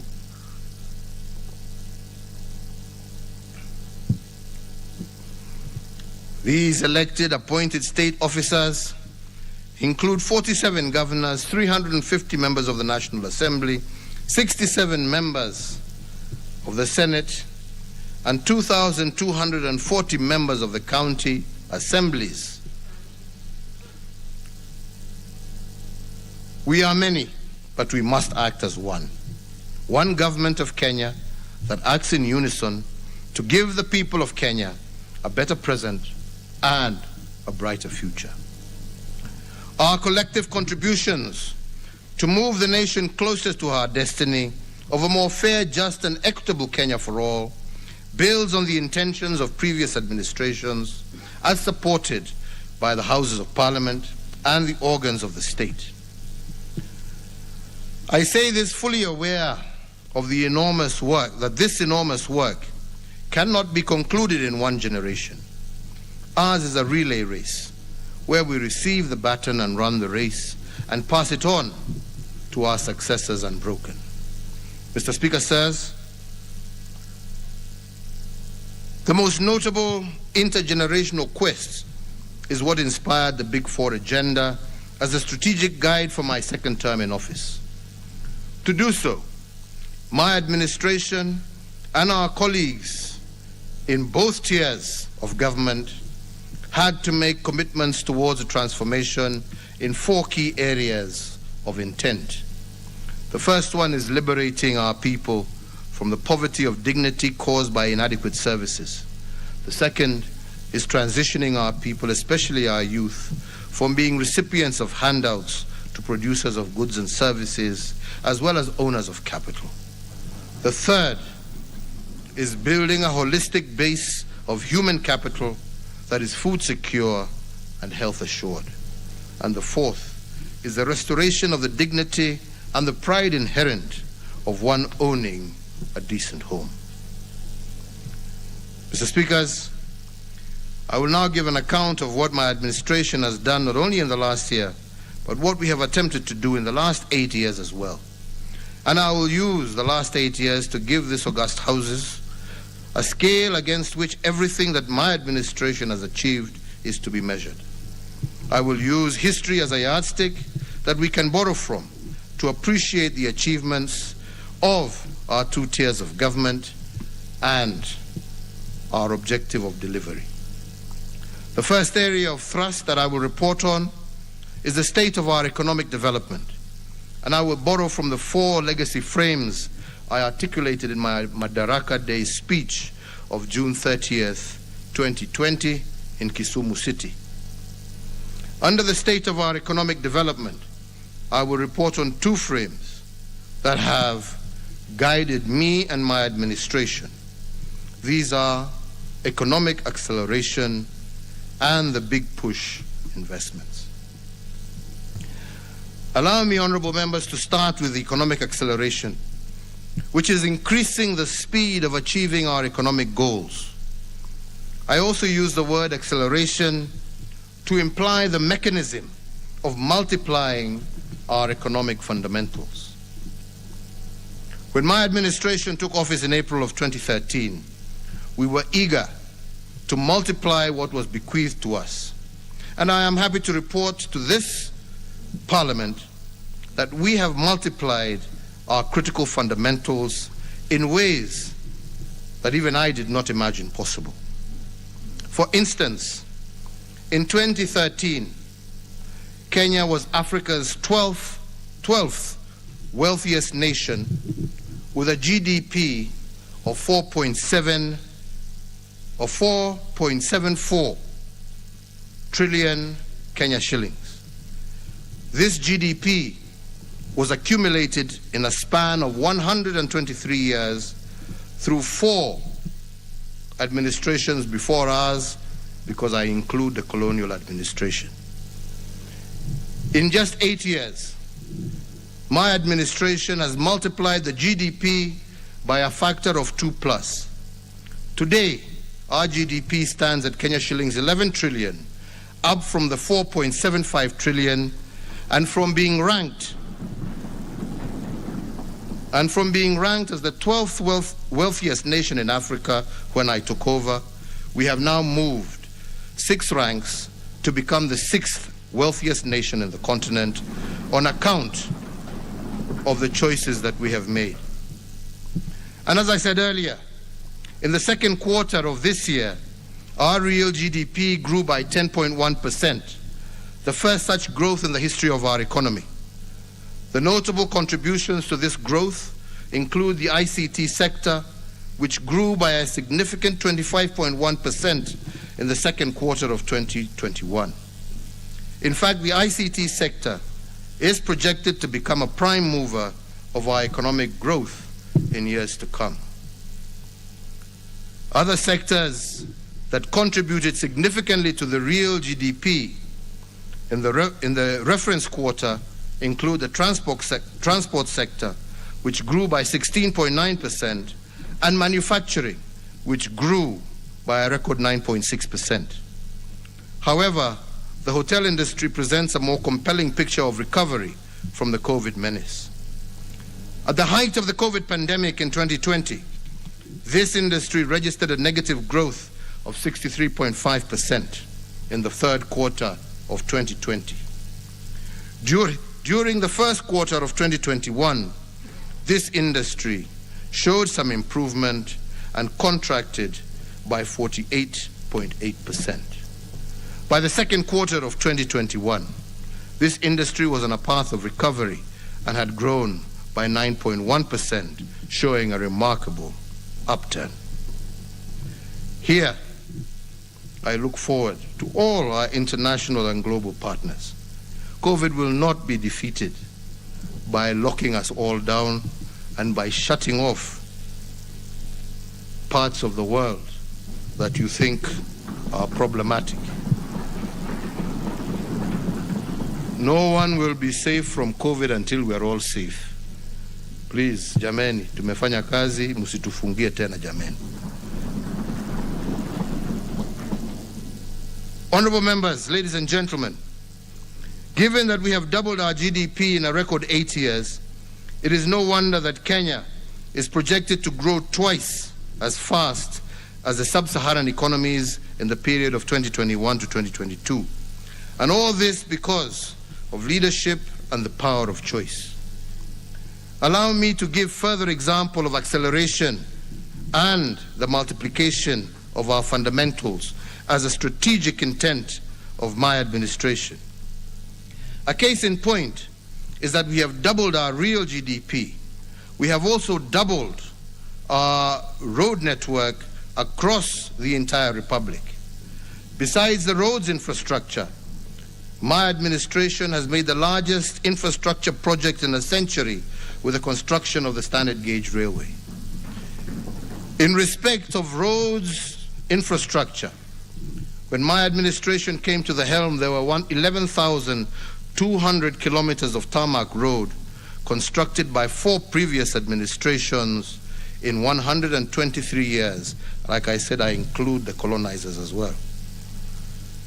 In 8 years, my administration has multiplied what the previous administrations have done by a factor of 2. We have built 10,500 kilometers of road across the republic,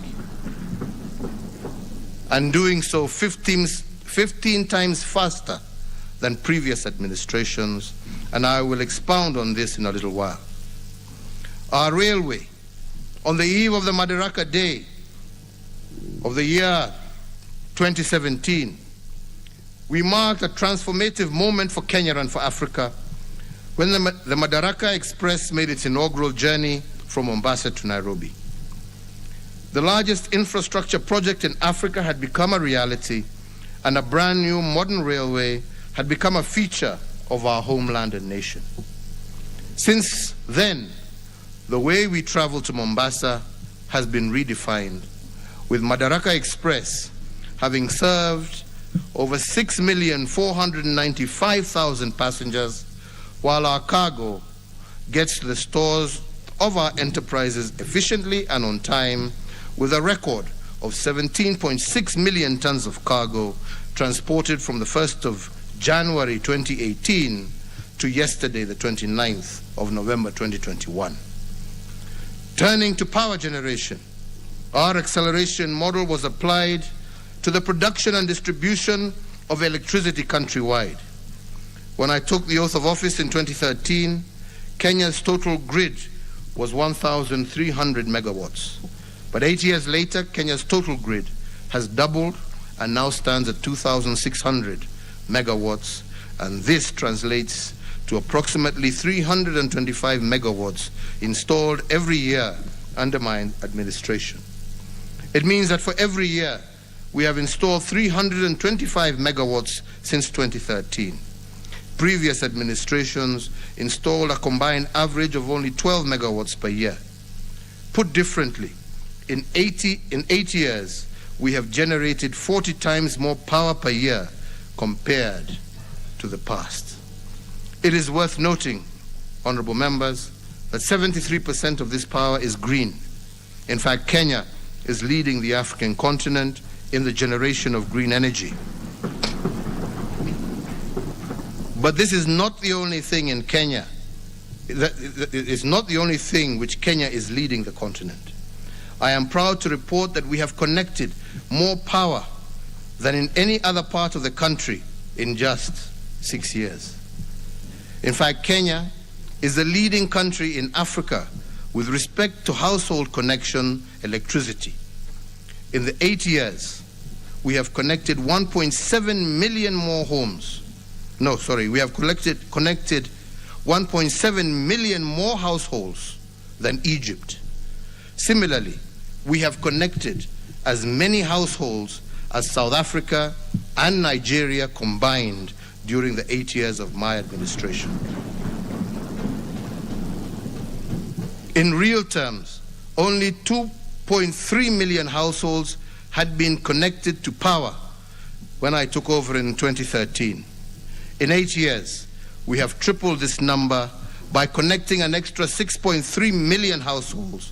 Put differently, and guided by our acceleration model, we have connected approximately 787,000 households every year on average, and with 2,000 connections a day since 2013. By any measure, this acceleration is noteworthy. Besides access to electricity, my administration has embarked on implementing the recommendations of the Presidential Task Force that established a pathway for the reduction of the cost of electricity by 30% by the end of this year. Mr. Speaker, we are tearing down all barriers that deny Kenyans an opportunity to lead a dignified life. Now I turn to devolution and how my administration has used the acceleration framework to multiply the economic fundamentals of the counties. As the first president to implement the 2010 Constitution, the task of rolling out devolution fell squarely on me. And although the letter of the Constitution provided for a phased approach to the devolution of functions to counties, the spirit of the Constitution suggested an urgent Big Bang approach in creating the devolved structures. This meant giving county governments political, administrative, and financial autonomy all at once. And we were to do this without the luxury of a strategy, dry run, to determine whether the Big Bang approach would work. Fortunately, Article 187 of the Constitution gave us 3 years to execute this constitutional instruction. While 3 years was a fair period to achieve the Big Bang effect of transferring functions to fragile counties, my administration chose an even bolder path. Driven by our acceleration doctrine, we chose to transfer functions to the county structures in 1 year instead of the constitutional threshold of 3 years. And because we were committed to the success of the county's structures, we followed our accelerated devolution of function with 2 critical drivers. One, we undertook a massive transfer of highly skilled civil servants from the national government to the county governments. And this battery of highly trained personnel was meant to give county governments a head start. And they did so in terms of setting up the county public services, including their operating structures and systems. 2, within the first year of my tenure, my administration increased the equitable share allocation to county governments from the constitutionally mandated 15% to 32%. This was a doubling of the allocation in support of the execution of the devolution dream. And we did this because we understood and appreciated that devolution of functions without devolving of funding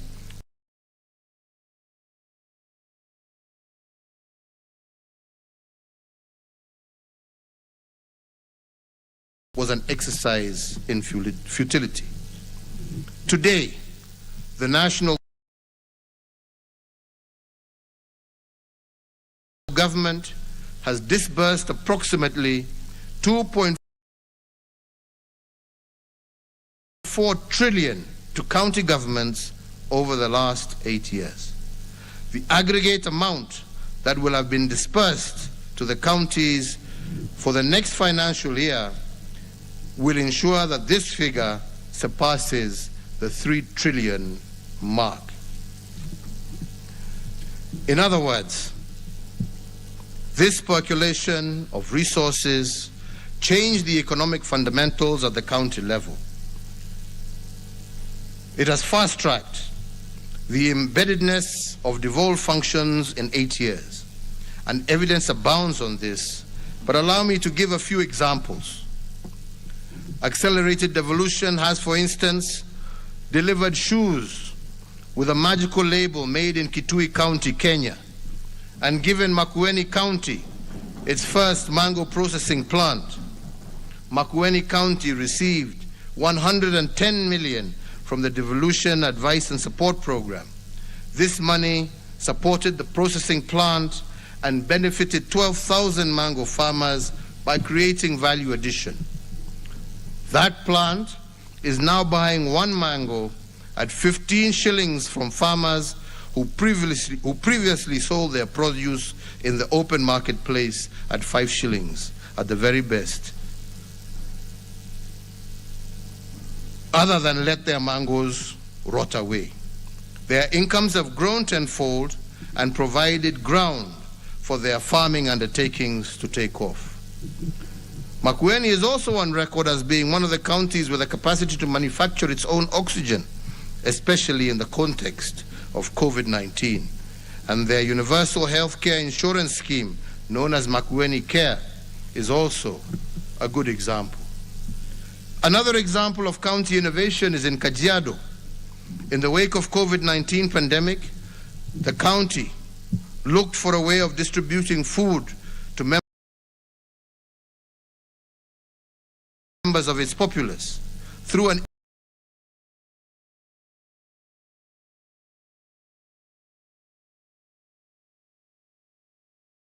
integrated system dubbed M-Riziki,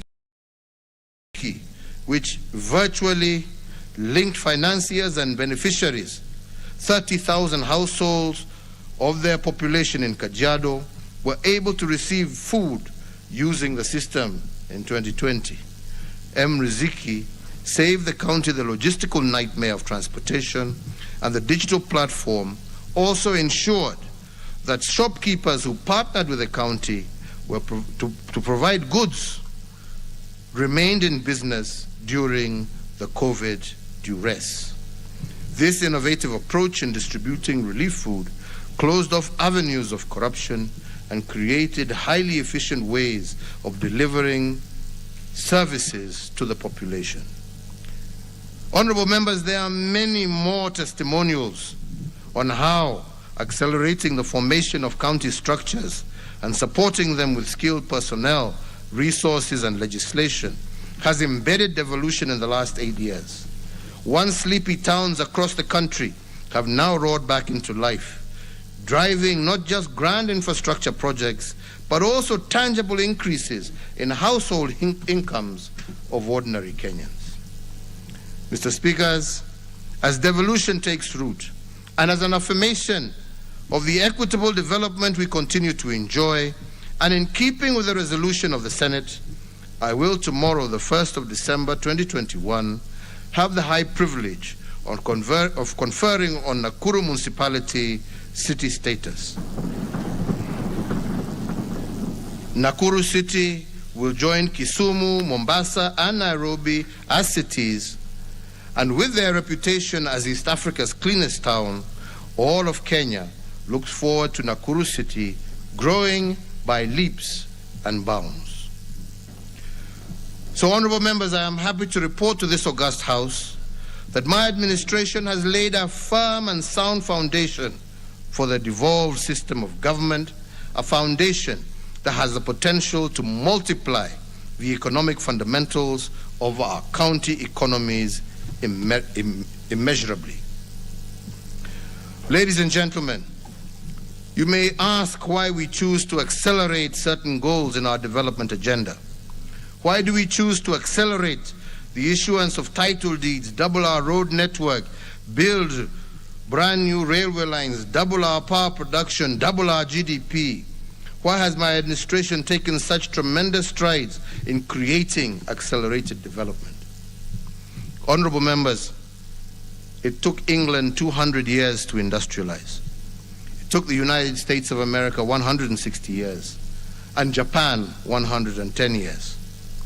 However, we look not to these nations, but to China, which has compressed their progressive economic change experience by these countries into a single generation. Instead of taking the 200 years it took England to industrialize, China took only 25 years. Similarly, the 4 Asian tigers of Hong Kong, Taiwan, Singapore, and the Republic of South Korea took 25 years to industrialize instead of the hundreds of years it took others. And that is why their accelerated growth was called the Asian miracle. The secret to these miracles was acceleration. The Asian tigers, for instance, accelerated the achievement of its critical development fundamentals, and this allowed them to industrialize at a rate that was faster than normal. They contracted their development timelines by implementing aggressive interventions on multiple sectors of their economies simultaneously. This reduced the intervals between the phases of industrialization and allowed them to catch up with the West. Unlike these countries, the policy choices of my administration have been about contracting our development timelines through aggressive implementation of projects.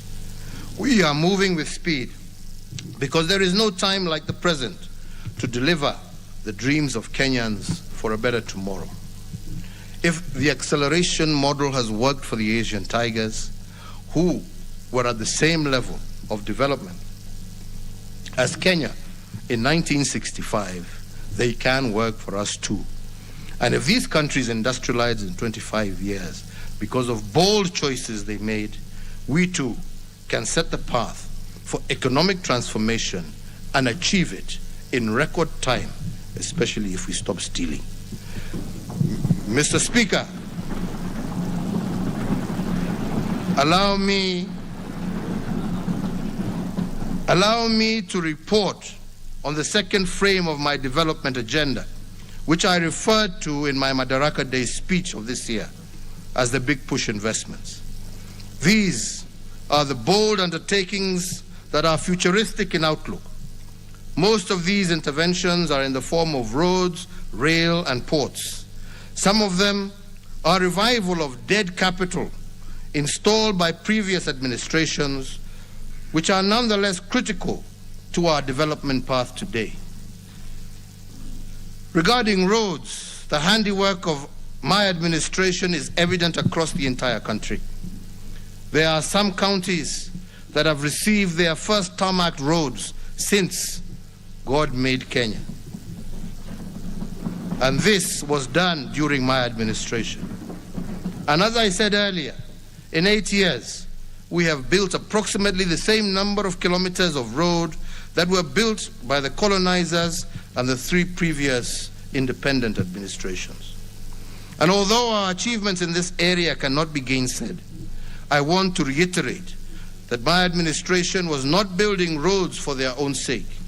Ours was a quest to lay down tarmac not for statistical purposes only. We realized that roads are literally the path to development, and that every inch of tarmac we lay, we are accelerating businesses, creating the foundation for greater individual and national prosperity. We did it for you, the Kenyan people, to tear down the barriers that hold back every citizen from making their individual contributions to nation building. Take as an example the 27-kilometer Nairobi Expressway. Once completed next year, it will take 24 minutes to drive from Mlolongo in Machakos County to Rironi in Kiambu County.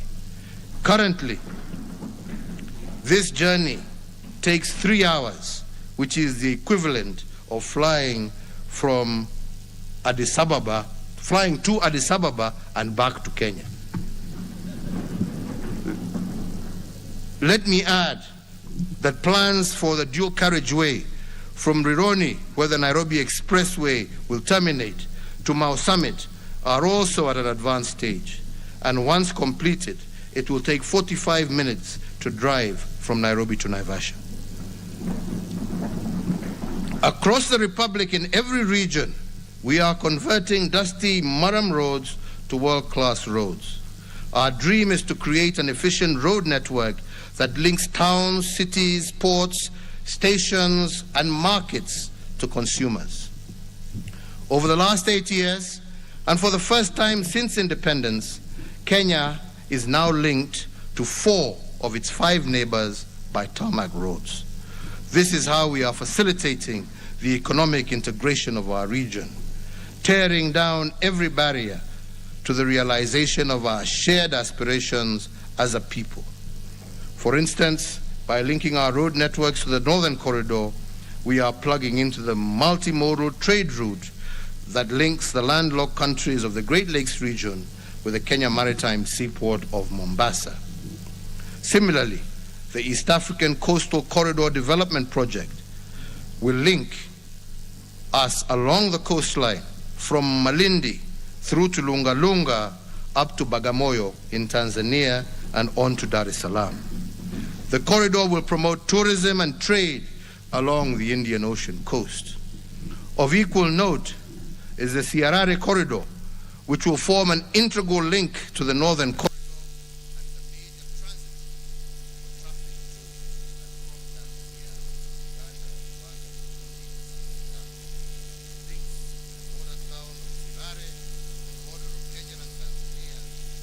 Sudan at Nakadok.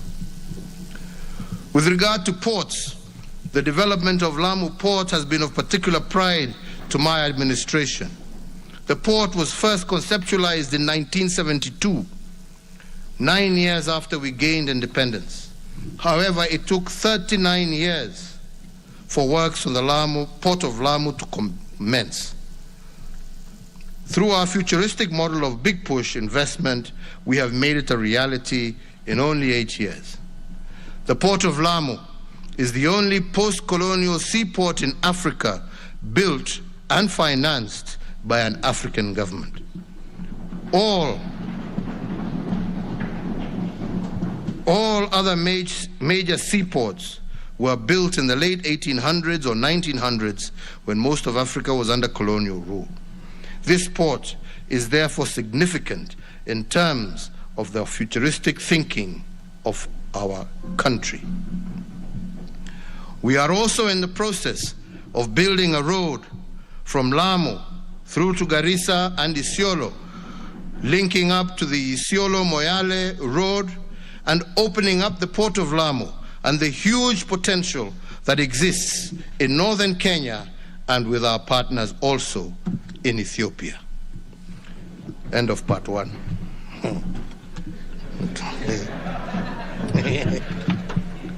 Interval.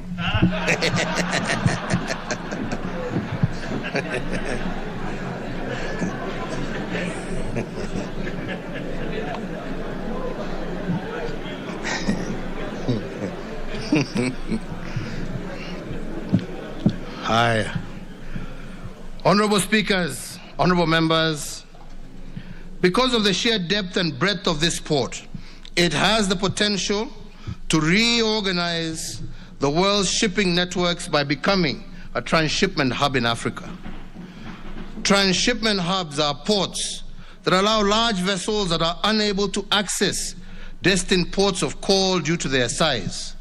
There are only 5 transshipment hubs globally, and the Port of Lamu has the potential, honorable members, of becoming the 6th. If we remain focused on our development agenda, this will become a reality sooner than later. There is another strategic niche in the Port of Lamu that is also futuristic.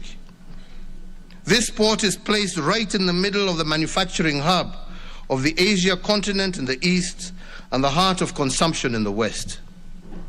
The distance, honorable members, for example, between Shanghai, the manufacturing hub of the east, and Rotterdam, a major consumption port in the west, is approximately 12,000 nautical miles.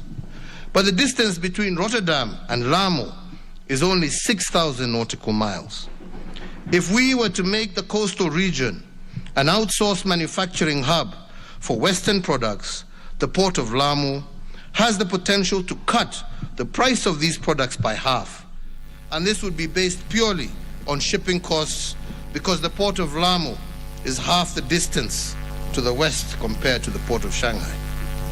If we are to see the port of Lamu through these futuristic lenses, we will exploit our geographical advantages to make an imprint on global trade. Another big push investment that we have made in support of regional trade through our ports is the expansion of the Kipevu oil refinery and oil terminal. For 128 years, Kenya has served the 5 countries of the region using only one oil berth at the Kipevu oil terminal. This single oil berth could only handle one vessel at a time, and for the most part, it took one vessel days to offload its fuels.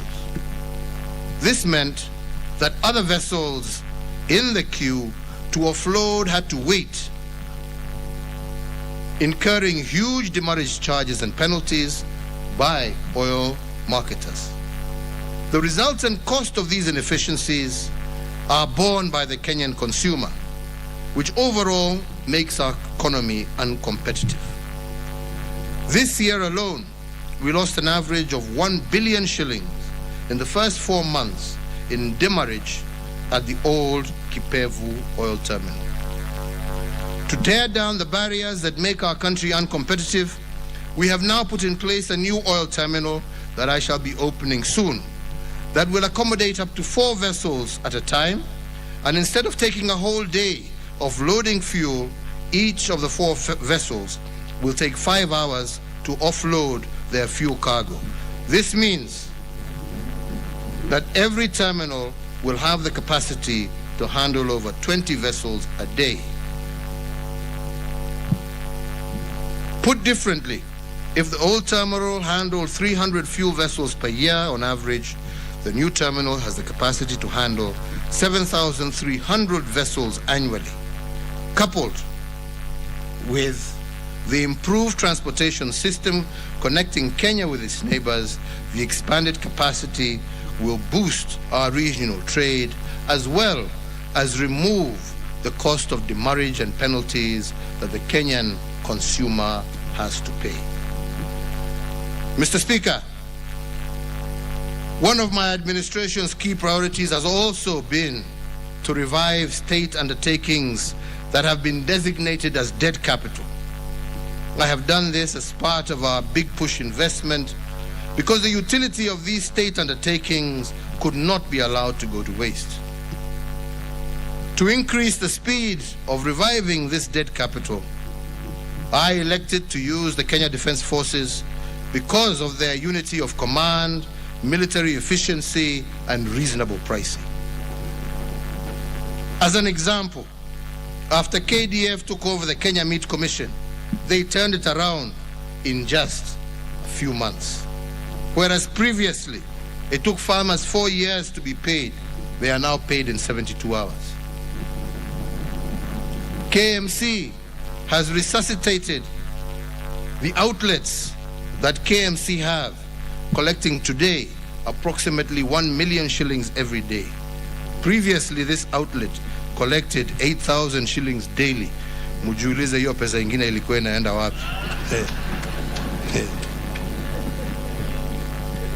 This 1 million translates to 30 million every month and Kenya shillings 3.6 billion annually in just one outlet. Before September 20th, such revenue would have been impossible because slaughtering was limited to a few or no animals in a month. To enhance further the profitability of KMC, we have linked it to another dead capital that my administration has revived, the meter gauge railway from Nairobi to Nyanyuki, which has been revived under the KDF. The KMC is now using it to transport more than 200 animals weekly. Another aspect of the KMC re-engineering supply chain is a relationship with the Uasin South Development Authority. This authority has a tannery and leather factory, which the KMC has been supplying with hides and skins. Although the factory is still not yet complete, it has so far produced about 840,000 square feet of finished leather, partly from KMC supplies. And once complete, it is expected to produce over 1.2 million square feet of finished leather per year. Apart from the revival of KMC, the Nairobi-Nyanyuki Railway, in partnership with the Kenya Railway Corporation and KDF, has revamped the 217-kilometer Nairobi-Kisumu Railway, a railway that had been abandoned for over 2 decades. But today, it now boasts 18 stations, 46 bridges, and 27 viaducts. Together with the revival of the port of Kisumu, revamping the railway line is meant to enhance connectivity with our neighboring countries who depend on Kenya for their transportation of their imports and exports. Another uplifting story of revival of dead capital is our big push investment in the port of Kisumu and the reconditioning of MV Uhuru vessel. To transport fuel prior by road from Kisumu or Eldoret to Uganda took 72 hours because of the long queues at the Malaba border. But to transport fuel from the port of Kisumu to Port Bell in Uganda by ship takes only 12 hours. This means that by the time a tanker makes one trip to Uganda by road, MV Uhuru will have made 6. There is the question of volume. One tanker carries 20,000 liters of fuel, but one wagon abroad, MV Uhuru, carries 60,000, which is 3 times the size of a tanker. Secondly, for all our customers in Uganda and through to the DRC, issues of losses that used to amount to approximately 10% and issues of adulteration, imeisha. Yeah?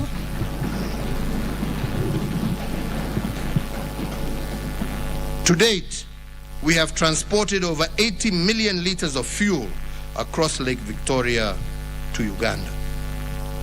Mr. Speaker, my administration has set in motion the process of reviving the blue economy. A blue economy strategy is set to reclaim all fish landing sites is in place, and we have set up a Coast Guard to secure our maritime assets, and we have come up with a legal framework that will ensure that all fish caught in Kenyan waters are landed in Kenya. It is worth for Parliament to note that in the 1990s, Kenya used to process 5% of the global loin tuna catch. This was produced by a company known as Wananchi Marine Products Limited, based in Liwatoni in Mombasa. When this company, for reasons, collapsed, Kenya's tuna was extracted by other countries and resold in foreign markets. Inability to export our tuna resources has seen Kenya lose a potential revenue of Kenya shillings 3 trillion since 1982, when the exclusive economic zone was set up by the United Nations. And to revive this dead capital, my administration formed the Kenya Fishing Industries Corporation in 2019 to regulate the exploration of Kenya's maritime and fish products. This corporation took over from the defunct Wananchi Marine Products, and it is in the process of setting up marine landing sites and processing plants in Lamu, Shimoni, and Liwatoni. Once fully operational, the goal is to land 300,000 metric tons of tuna every year and to employ a workforce of approximately 60,000 people. This industry has the potential to rake in for Kenya $200 billion shillings. Overall, as we seek to improve our infrastructure, our commitment to sustainable development is uncompromising. It is a solemn duty of present generations to consciously conserve their natural beauty, ecological splendor, and pristine environment that we received from our forefathers and from generations before them. And this to pass on to future generations in as a good state as we can, unbroken as it was given to us, if not in better condition.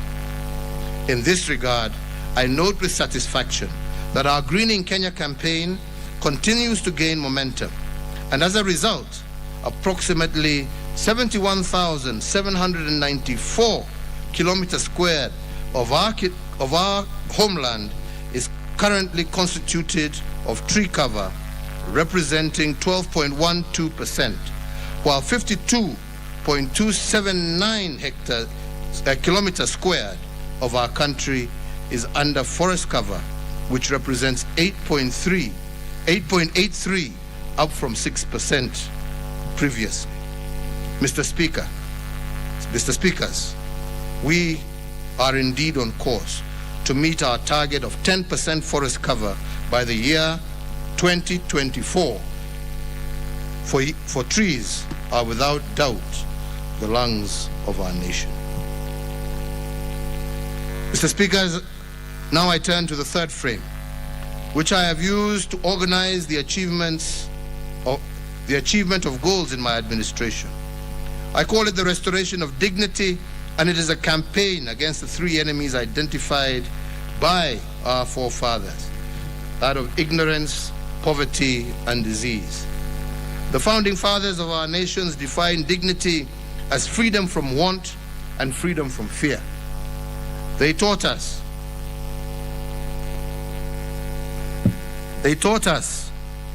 that there is no self-rule where there is no self-worth. And under this frame, I will report on the state of our water, health, education, and security sectors. Where there is no access to clean drinking water, there is no dignity. And that is why my administration prioritized and succeeded in providing 35 million people with access to clean water.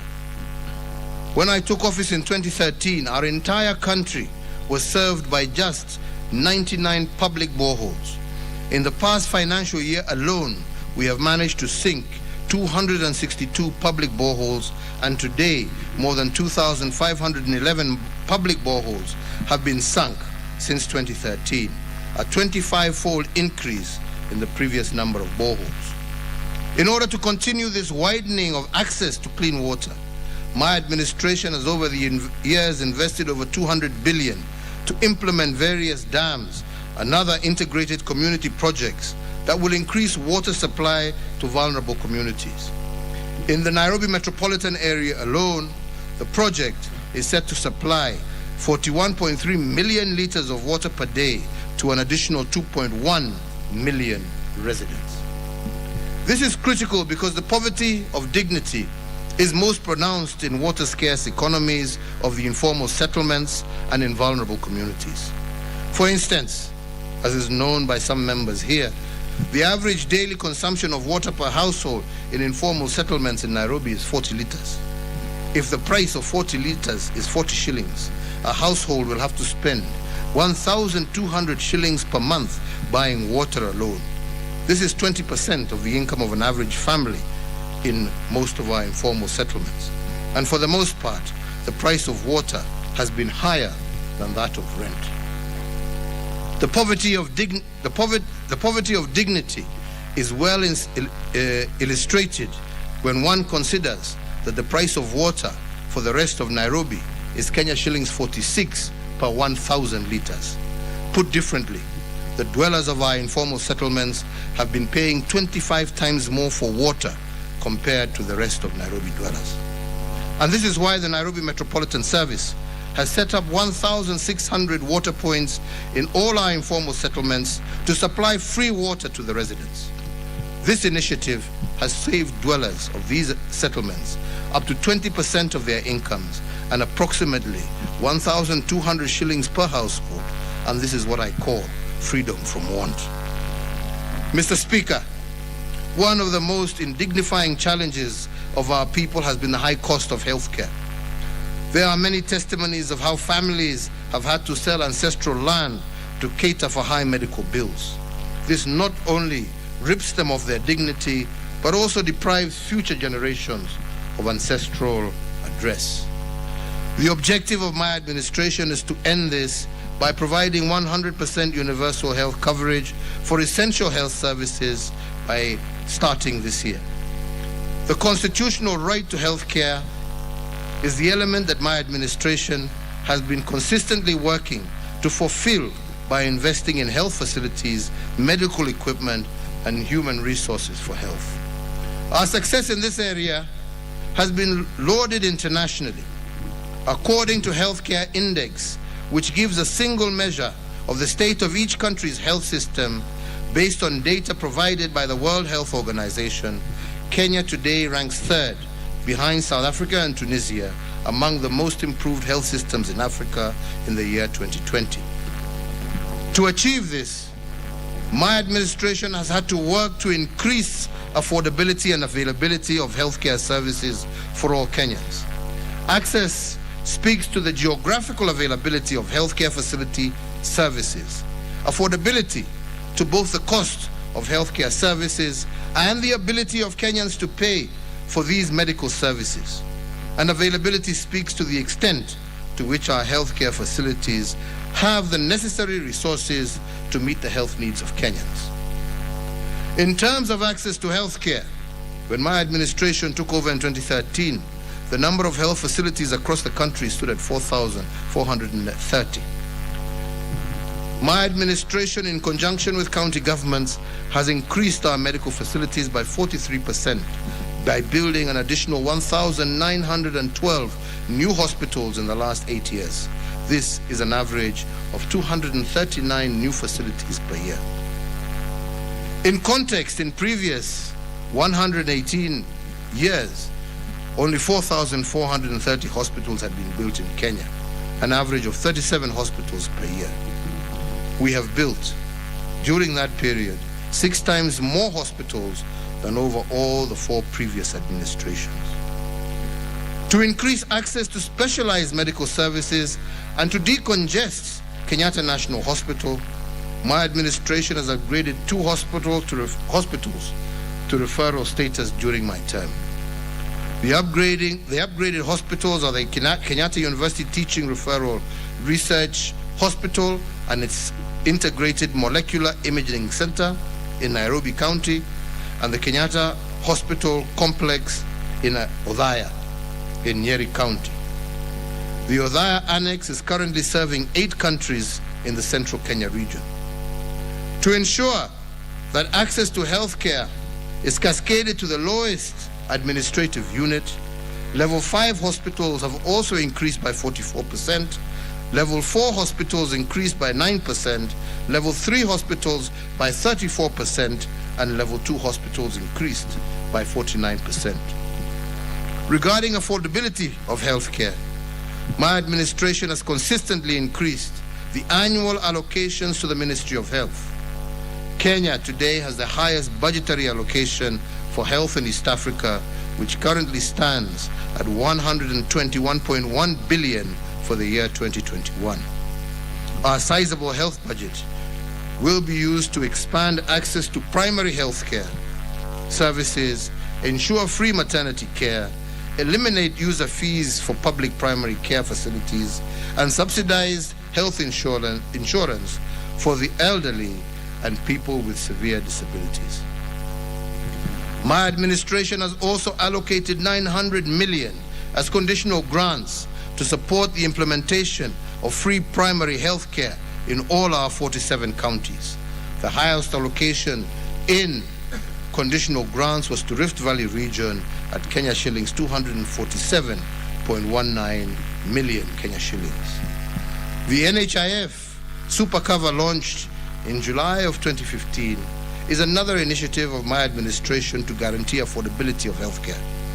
Through this cover, dialysis patients and cancer patients are able to pay for their treatments locally or abroad where the specific treatment is not available in our country's public hospitals. In the financial year 2019-2021, NHIF managed to pay for 4.4 million hospital visits, covering 1.4 million cases of inpatient and 3 million cases of outpatient services. This in turn saved Kenyan households approximately 54.9 billion in financial losses brought about by health-related issues. With a monthly subscription of Kenya shillings 500, the NHIF Supra Cover has become Kenya's largest and most reliable, accessible, and affordable medical insurance cover. Over the last 8 years of my administration, NHIF's membership has steadily grown. So far, the total NHIF membership stands at 10.5 million members, up from just 4 million members in 2013. Mr. Speakers, I acknowledge with appreciation that the National Assembly recently passed the National Hospital Insurance Fund Amendment Bill 2021, and the same is now presently before the Senate. I today urge through you, Mr. Speaker, that the Senate expedite the consideration of this bill so that in the life of this House, we can all join in ushering in universal health coverage for all our people. Mr. Speaker, honorable members, let us tear down the barriers that inhibit our quest to deliver quality health care for all Kenyans. To improve the standard of health care facilities, my administration has boosted bed capacity, improved access to medical equipment, and increased the number of medical training schools. In 2013, for example, the total bed capacity in public health facilities stood at 56,000 hospital beds. This has increased by 47% to 82,000 hospital beds in 2020.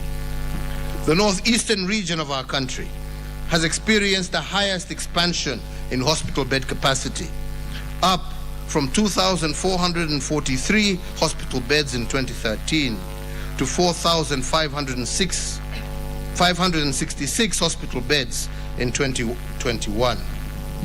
This is followed by the Nyanza region, which has experienced an expansion in bed capacity of 63%, from 9,249 hospital beds in 2013 to 15,054 hospital beds in 2020. Nairobi has also experienced an expansion of 57%, from 7,866 hospital beds in 2013 to 10,399 hospital beds in 2021. Through the Managed Equipment Service project, my administration has supplied 1,241 pieces of specialized medical equipment, with 113 hospitals being equipped in 47 counties at a cost of Kenya shillings 43 billion. In 2013, when I took over, there were only 26 dialysis machines countrywide. Today, that number stands at 603 dialysis machines. These machines have thus far benefited 383,000 patients, and through the NHIF scheme, they have saved Kenyans approximately 2.3 billion Kenya shillings. Similarly, we have increased the number of radiology and imaging machines across the Republic. Using the health insurance scheme, this has benefited 4,534,000 patients and saved Kenyans a total of 47.6 billion. Mr. Speakers, to add another arrow in our agenda on the management of cancer as part of our universal health coverage, about 1 month ago, I presided over the official opening of the Integrated Molecular Imaging Center at the Kenyatta University Referral Hospital. The groundbreaking facility is not just the first of its kind in Kenya, but for the entire sub-Saharan region. As a result, many of our patients suffering from cancer will now have the benefit of early detection, leading to early treatment and cure, and thus saving many, many lives. This will in turn relieve our families of acute financial stress and burden that comes with a cancer diagnosis, and the physical and emotional burden that comes along with the management of the disease. Honorable members, regarding medical training, the number of Kenya medical training college campuses has increased from 28 campuses in 2013 to 71 campuses today. This year, the number of graduates of KMTC was 3,319 compared to 111 graduates when I took over in 2013. Similarly, the number of medical doctors trained annually has shot up from 620 in 2013 to 900 medical doctors in 2021. Finally, with regard to health, my administration has prioritized the universal achievement of the right to reproductive health care as required by our Constitution. Indignity takes many forms, and the most violating forms of these indignity takes many forms, and the most violating forms of these that dispossesses mothers, and that is why my administration has committed itself to providing the highest standard of reproductive health through free maternity care. In 2016, my administration introduced the Linda Mama program, which has led to the increase of birth deliveries by skilled providers from 43% to currently 62%. This has also fostered a decline in maternal mortality rates by 26%. Under Linda Mama, all pregnant women are eligible for free maternity health care, and even those women not covered under NHIF, each mother is allocated between 2,500 and Kenya shillings 30,000, depending on whether the birth is normal or by cesarean section. Thus far, Linda Mama has benefited 5.8 million Kenyan women and has saved Kenyans 81.4 billion through the health insurance component of the program. With Linda Mama, I am confident that we can achieve the freedom from want for our vulnerable mothers, and now our children can be born in dignity. On liberating our people from poverty of dignity and making them health assured, a good example is the work of the Nairobi Metropolitan Service. During one of my inspection tours during the COVID period in Mukuru kwa Ruben, I was saddened to learn that 500,000 people were being served by a private health facility which only had 8 beds. A woman giving birth in this facility cannot be admitted for more than 2 hours. In fact, after giving birth, she had to get out in 1 or 2 hours in order to give way for other patients. The only time that she can stay for a day is if she has complications and cannot be transferred immediately by a family member to an alternative facility. This is not a problem. This is not poverty. If this is not poverty of dignity, I don't know what is. To resolve this embarrassment and to enhance access to quality health care for our fellow citizens living in informal settlements, I ordered for the establishment of 15 fully fledged health centers within the Nairobi metropolis. Among them, Mudhua Udhiru Health Center, Tasia Health Center, Gumba Madhare Health Center, Lakisama Health Center, Kayole Soweto Dispensary. Besides the 15 above, construction works are also ongoing in regard to an additional 10 facilities within the metropolis. Mr. Speaker, enabling Kenyans to have decent and affordable homes has been one of the pillars of the Big Four agenda, and the affordable housing program has been, over the last 4 years, my keen intention. We have had problems in passing legislation before this House But I can happily say that despite this, we have seen an increase in private investment also in the housing sector, amounting to some 2.12 trillion Kenya shillings. And these investments have yielded over 186,000 housing units, a remarkable 43% increase of housing units compared to the year 2013-2017. The general prices of houses have decreased slightly, and we must continue to see what it is that we can do together to increase the amount available in terms of affordable housing. And this will therefore result in many more Kenyans being able to enjoy the dignity and pride that comes with owning a home. To institutionalize this affordable housing program into prosperity, and in partnership with some of our development partners, we have also established the Kenya Mortgage Refinance Company. This financing powerhouse provides long-term, large-scale funding to banks and SACCOs, which in turn avails these funds to home buyers at flexible and affordable interest rates of below 10%. Therefore, the dream of owning a home today is a greater possibility to many more of our fellow citizens than it was 4 years ago. But here, honorable members, there is much more that we can do. Mr. Speaker, food security is another key pillar of the Big Four agenda, and to ensure significant improvement in farm productivity and by enhancing the quality of farm inputs and reducing reliance on rain-fed agriculture. In the last year, we have seen the price of maize meal retailing between Kenya shillings 95 and Kenya shillings 105.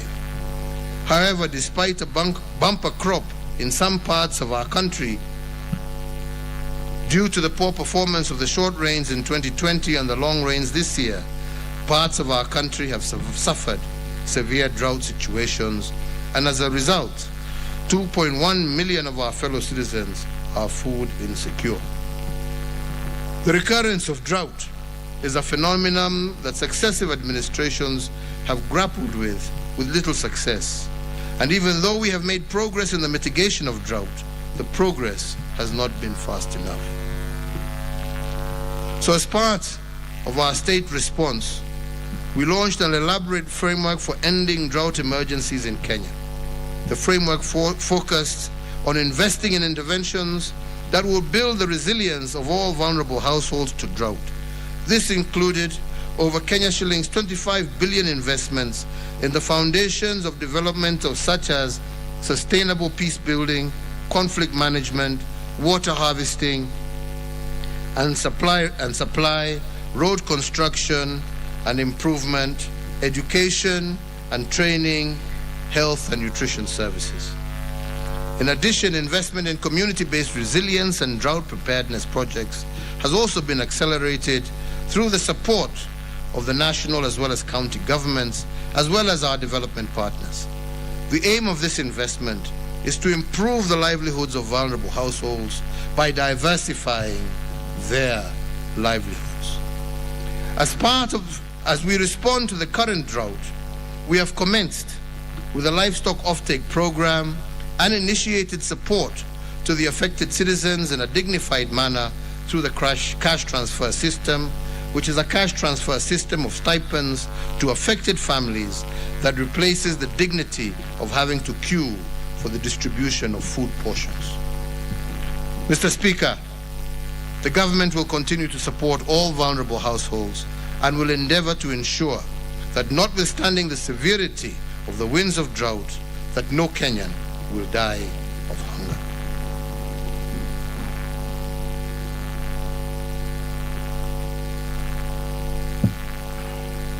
If dignity is freedom from want, accompanied by freedom from fear, then I can confirm to this House that we have done a lot to liberate our people from want, but I also want to underscore that maybe more has to be done to liberate our people from fear, yet that more has been done to liberate our people from fear, yet very little has been spoken about it. Today, and with your indulgence, speakers, I will go on record in this House as having been the Commander-in-Chief that steered the implementation of the most consequential and ambitious transformation of our security sector. And we did this because my administration appreciated that to have the freedom from fear, our security sector has to be in good form. To give an example, the police to population ratio today is at its highest level ever, as prescribed by the UN standard. Our police complement has received an additional 47,000 new recruits who have joined the service from the year 2013 to date. Similarly, over the last 8 years, we have undertaken the most consequential and expansive modernization of our military. And in fact, the reform undertakings in the military are actually unparalleled in our nation's history. We have invested substantially in building new barracks. We have invested in military manufacturing capabilities that have not only resulted in the spurring of previously dormant sectors, but the creation for jobs for young people, both directly and through ancillary services. For the first time in Kenya's history, we are producing our own light weapons and military uniform and other equipment and supplies that were previously imported.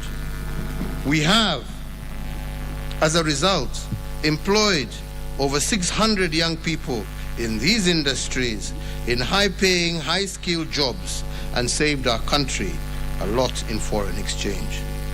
We have achieved knowledge and technology transfer for the growth and anticipated future development. And this is because I am determined to tool and to retool our security forces to the highest standards attainable, and this is the only way we will guarantee freedom from fear for our people and indeed secure our territorial integrity.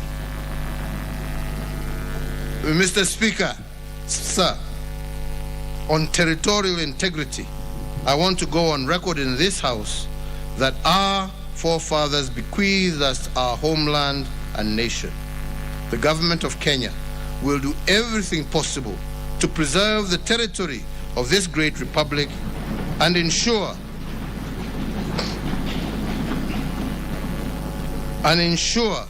that generation after generation of Kenyans dwell in it as it is, in fact, intact and unencumbered. Mr. Speaker, honorable members, as I have said before, not an inch more and not an inch less.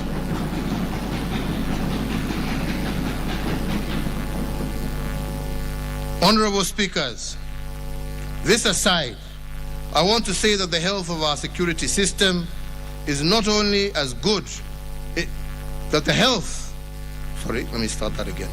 Honorable speakers, this aside, I want to say that the health of a security system is only as good as the health of its officers.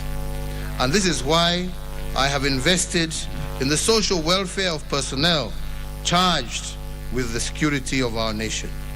We have reviewed their remuneration, allowances, benefits, housing and insurance, and we have also increased the capacity of their health facilities, used by our security organs. In particular, we have recently established a new level 4 hospital in Kahawa Garrison, and soon I will be in Isiolo opening another level 4 hospital. I recently commissioned a trauma and counseling center in Manda in Lamu County, and we shall also be breaking ground on an additional 3 level 4 hospitals, one in Eldoret for the Defense Forces, one in Ruiru for the Prison Services, and one in Bagadi for the National Police Service. The upgrade of the Forces Memorial Hospital to a level 5 facility is set to begin early next year. And in addition, there is the ongoing construction of the very first Level 6 hospital for the Defense Forces off Waiyaki Way in Nairobi. Our focus on military and police housing will further augment the social support structures that we have prioritized for our disciplined forces. In addition to ongoing initiatives to improve on police housing, the government will later this month, that is me, I'm not the government, but I, will later this month, later in the month of December, break ground for the building of 3,500 houses for our military officers. Mr. Speaker, since I came into office in 2013, we have embarked on a path that has placed human development at our foremost priority. A nation is more than boundaries, borders and territory. A nation is her people. To judge a nation, one must examine the lives of ordinary citizens and the extent to which they can access basic requirements owed to them, and the quality of this access is what gives them dignity. And the heart of that development of our nation is the development of a dignified citizen. And I believe that education is the gateway to this development, a gateway that tears down inequality. And that is why today I am pleased to report on the gains that we have made in the last 8 years in the sector of education. By the year 2030, our population is expected to be about 63 million. And out of this, about 38% of Kenya's population will be categorized as school-going. This means that 2 out of every 5 Kenyans will be in school. And in order to meet the ever-growing demand of the global landscape, we must prepare the next generation now, today and not tomorrow. And that is why we have been committing each year to channeling a substantial amount of our national budgetary resources to our education sector. In the past financial year, we have ensured that about a quarter of our national budget was allocated to education. And in a call to action endorsed by several heads of state and government at this year's Global Education Summit, that Kenya was privileged to lead alongside the United Kingdom, my administration pledged to allocate 26% of our national expenditure to education in the coming financial year. And this, I believe, is an unachievable target, given that our current apportionment stands slightly less than a quarter.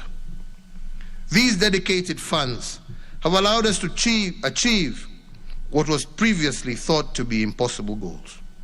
In 2009, the first year of free secondary education witnessed a 66.9% transition from primary to secondary school.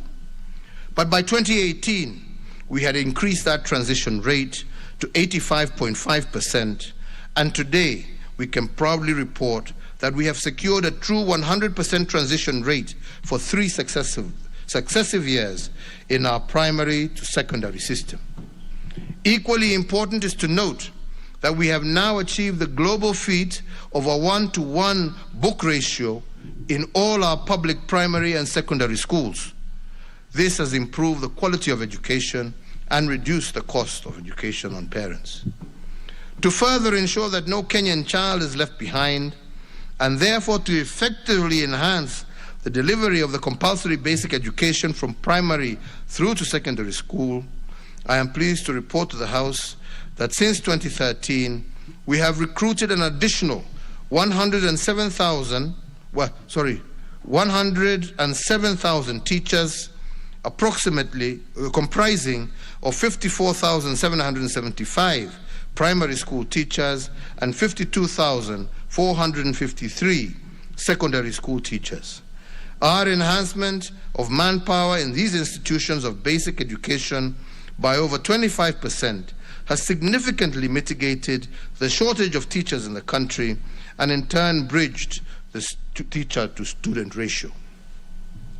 Honorable members, ladies and gentlemen, In order to continue with these achievements, we need to secure the entire education ecosystem. We need to ensure that there is adequate infrastructure, comprehensive policy choices, skilled educators, and a healthy learning environment.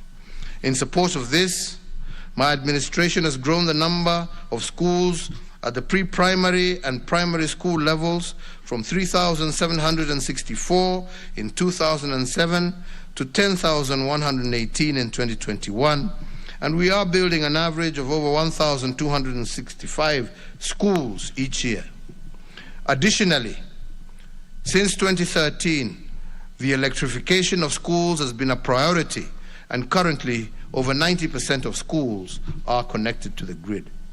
This has led to improved learning outcomes and enhanced utilization of technology, including modern mass media tools in the classroom. Another critical plank is education reforms, is securing the large tenure of our educational institutions. The founding technocrats of our nation did not envision a situation where secure tenure for schools would be an issue in the future. And that is why they never secured the title deed for our schools. But today we know different. Our school titling program, therefore, has become increasingly important.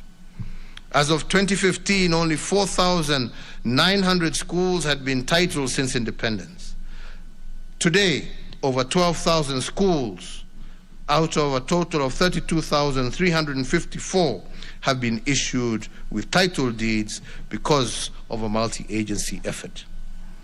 In guaranteeing public schools their titles, my administration has upheld the fundamental right of education and initiated a process to ensure that there is no school sitting on land that it does not own. Yeah. Jaribu kukatakata jameni, hata mimi nimechoka.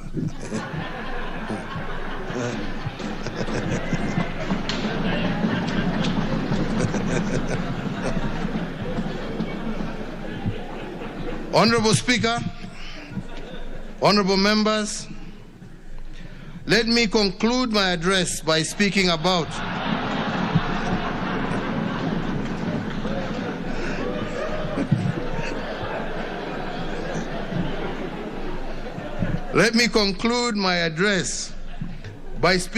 the fourth frame that has guided my administration, and I call it political stabilization, which is the doctrine that guided me to a path of a handshake with the Right Honorable Raila Amolo Odinga.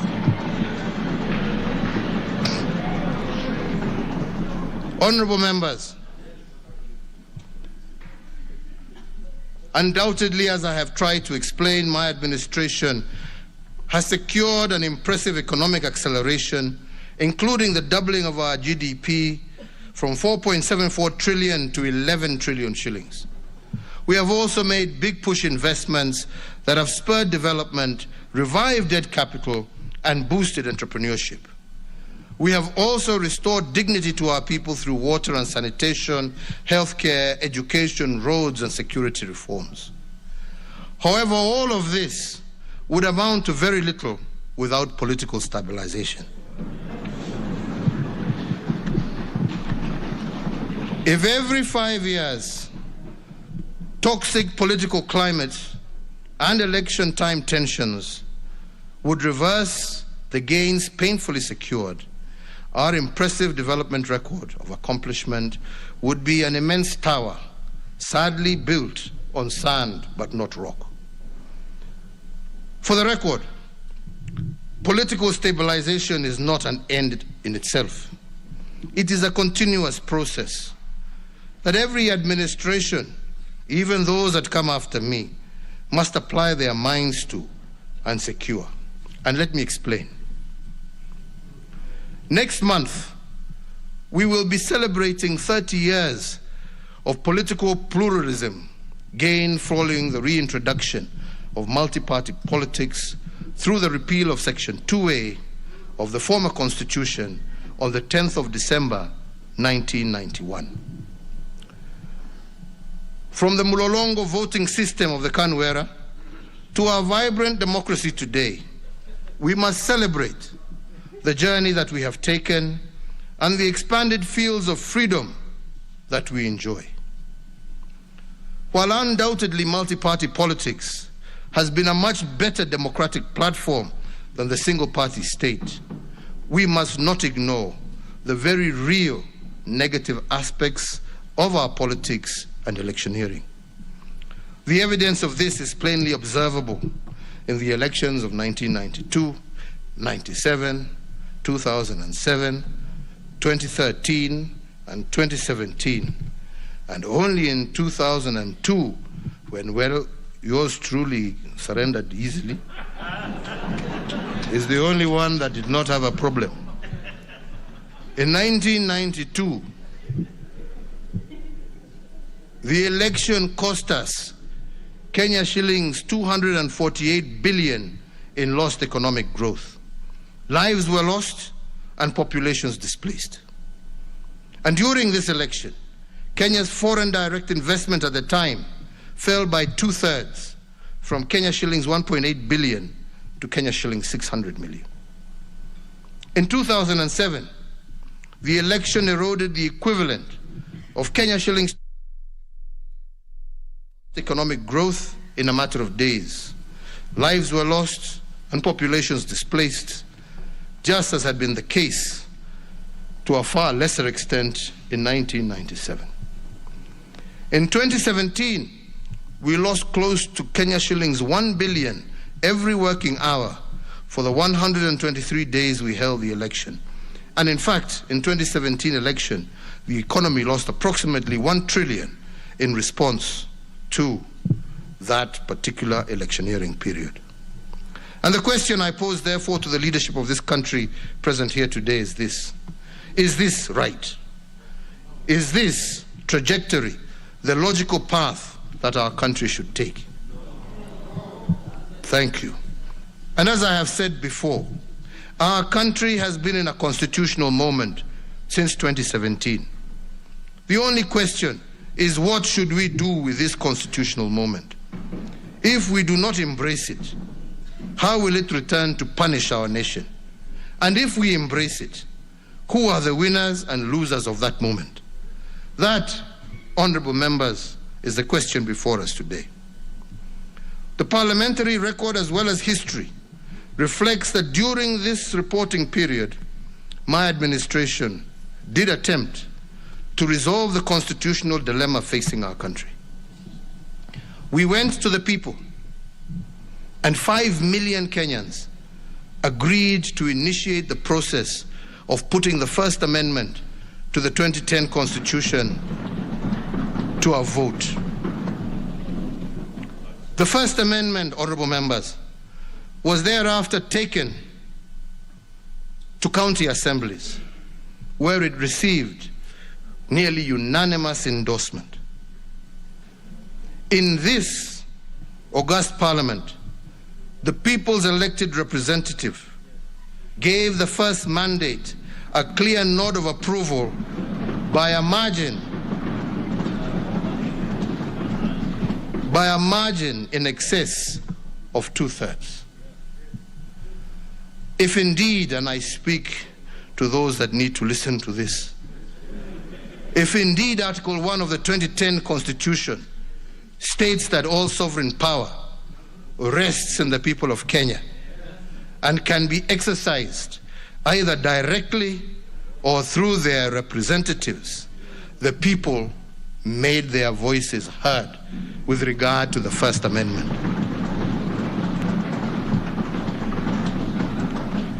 They exercised this power directly through the IEBC petition for constitutional change.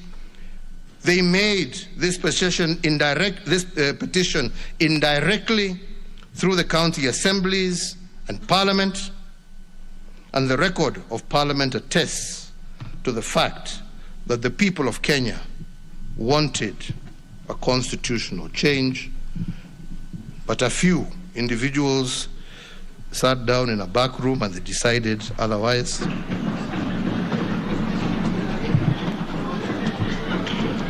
That said, and this being a house of records, I must record what we lost from the First Amendment, and I am doing this for parliamentary record and for posterity. The first loss was equity in resource allocation. In missing the First Amendment to the 2010 Constitution, Kenya missed the possibility to increase the minimum county allocation from the current 15% to 35%. My administration, as I mentioned earlier, has increased this allocation to 30%, but this only through administrative fiat. But to anchor this goodwill in the Constitution so that devolution is embedded, we wanted a constitutional amendment that was clear and certain. This, honorable members, did not happen.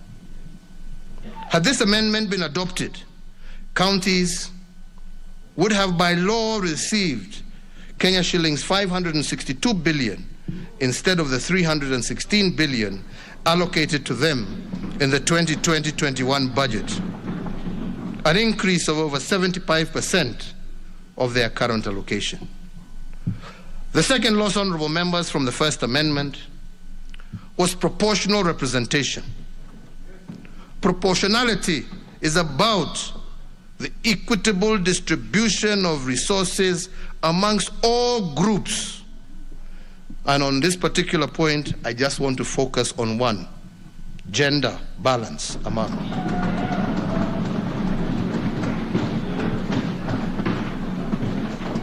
The First Amendment to our Constitution would have ensured that 50% of all senators were women. And the logic here was to ensure that if we percolate the proposed 35% of our national revenues to counties, women should be at the center of decision-making on how this revenue is utilized. But, honorable members, this did not happen. The third loss was about expanding our national executive to accommodate a broader face of Kenya and to expand representation. This would have constitutionalized the end of the winner-takes-all outcomes of elections that creates so much toxicity and tension. Again, honorable members, this did not happen. Honorable members, we cannot behave like the proverbial ostrich and bury our heads in the sand. A constitutional moment does not resolve itself simply by being ignored. The need for political stabilization is, I believe, the most urgent task facing Kenyans today. And it is the foundation upon which our greater justice, fairness, health, wealth, and security will be built on. And for this reason, I want to believe, honorable members, that that which did not happen will happen.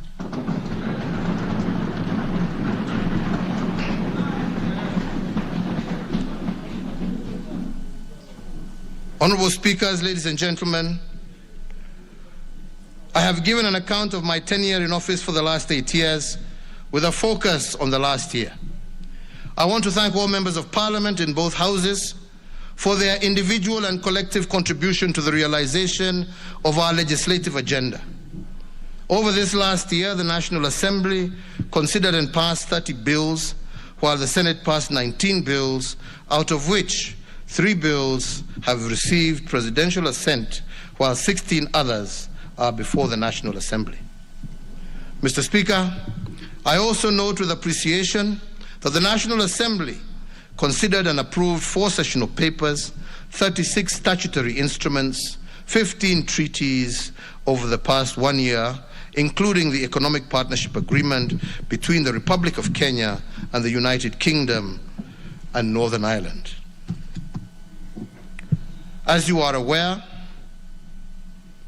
there are a number of critical legislative proposals emanating from the executive, which are still pending in Parliament. And to that end, I urge Parliament to expedite and conclude on the legislative process so that we can have those urgently needed pieces of legislation in place. My administration has also submitted the Huduma Bill, which is so far conclusively institutionalized the reforms of the national identity ecosystem through the establishment of the National Integrated Identity Management System. The other seminal legislative proposals include the Political Parties Amendment Bill, the Political Party Membership Regulation, the Government Contracts Bill, the Kenya National Blood Transfusion Bill, the Irrigation Amendment Bill 2021, the Irrigation Amendment Bill, the Kenya National Library Services Bill, the Proceeds of Crime and Anti-Money Laundering Amendment Bill 2021, and once enacted into law, the Proceeds of Crime and Anti-Money Laundering Amendment will enhance the integrity of our financial system by closing the last loopholes in our war against money laundering and other such maneno. This amendment is not in any way expected to erode a key tenet of the legal practice of advocate-client privilege. I, however, note that on Friday this week, Parliament shall proceed to its traditional long recess. To that end, through you, Honourable Speakers, I urge Parliament to consider adjusting its calendar to ensure that all the critical legislation and legal instruments, including those related to elections, are concluded in a timely manner. As we look for the future, Honourable Members, I see great promise. However, just as I said earlier, we must be bold enough to shape it. In just about 8 years, our National Development Blueprint, Kenya Vision 2030, will have run its course, and with it will come the dawn of the fourth decade of the 21st century. By 2030, Kenya will be home to about 63 million of us. The foundation that successive administrations have built will bear true dividends if we boldly reimagine our futures. But if we go it alone, we might not secure the best opportunities for our children. In my eyes, our best chance as individual African nations is to embrace a continent where there is free movement of persons, goods, services, and capital, as is characterized under the Africa Free Trade Arrangement. This is because, as I have said before, we are not competitors, but rather comrades with a shared dream which will be achieved much faster through collaboration. The Pan-African dream of our founding fathers that inspired the establishment of the Organization of African Unity that transitioned ultimately to the African Union must transcend to being beyond an inspiration. For Kenya to lead towards this course, on assuming the presidency for my second term, I issued a directive that any African wishing to visit Kenya would be eligible to receive a visa at the point of entry. I did this in the full realization that to secure the prosperity of Kenyans, East Africans, and Africans, we must begin in earnest to break down the walls that divide and separate us. So, Mr. Speaker, or Mr. Speakers, I challenge Parliament to put in place a legal framework to lead to closer union with our brethren in East Africa and across the continent, and to advocate for shared prosperity, greater fraternity, and greater security in Africa. Mr. Speaker, this intent must, however, be preceded by a solidification of the various regional blocs, and in particular, our own East African community. I say this because the whole is greater than the sum of its parts. When each part appreciates its role and the contribution of other parts, then the body is able to function effectively. The African Union will only be strong and vibrant when our regional blocs are of similar character.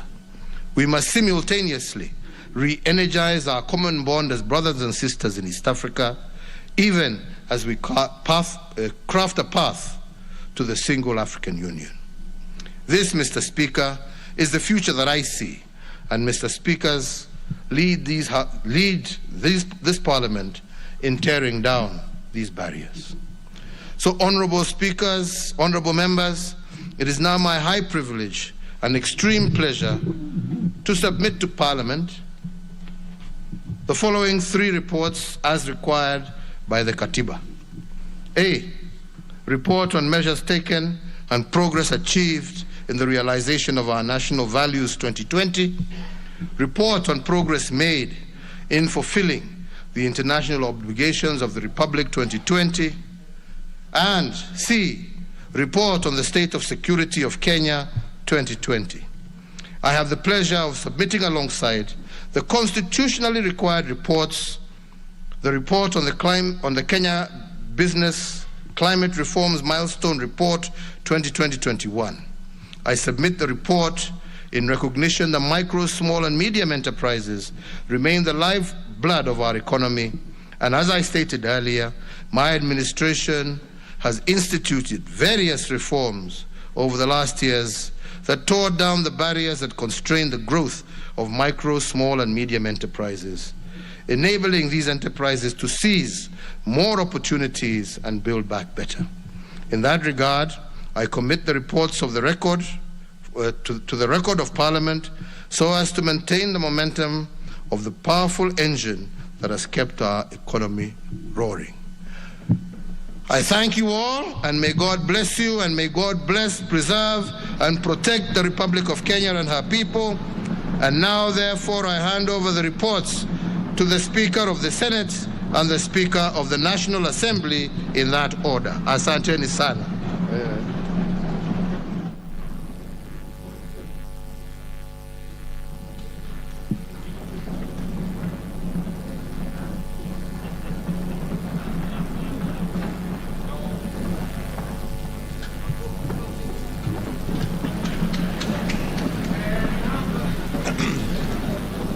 Okay, order, Senator. Order, members. Honorable Senators, having concluded the only business on today's order paper, the Senate now stands adjourned until tomorrow, Wednesday, 1st December 2021 at 9:30 a.m. in the Senate chamber. I thank you.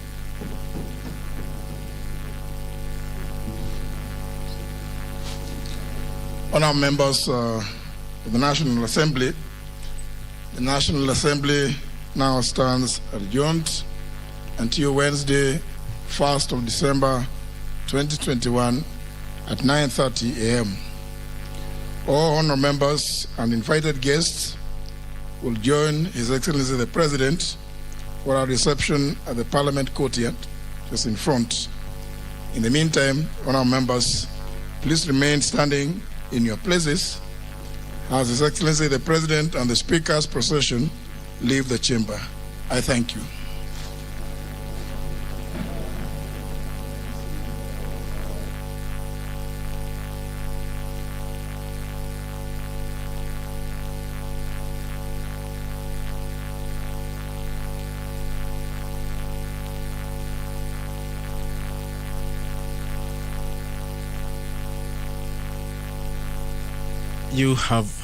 You have been watching a special sitting of Parliament of Kenya, joint sitting of the Senate and the National Assembly, where President Uhuru Kenyatta has been giving the State of the Nation address. This broadcast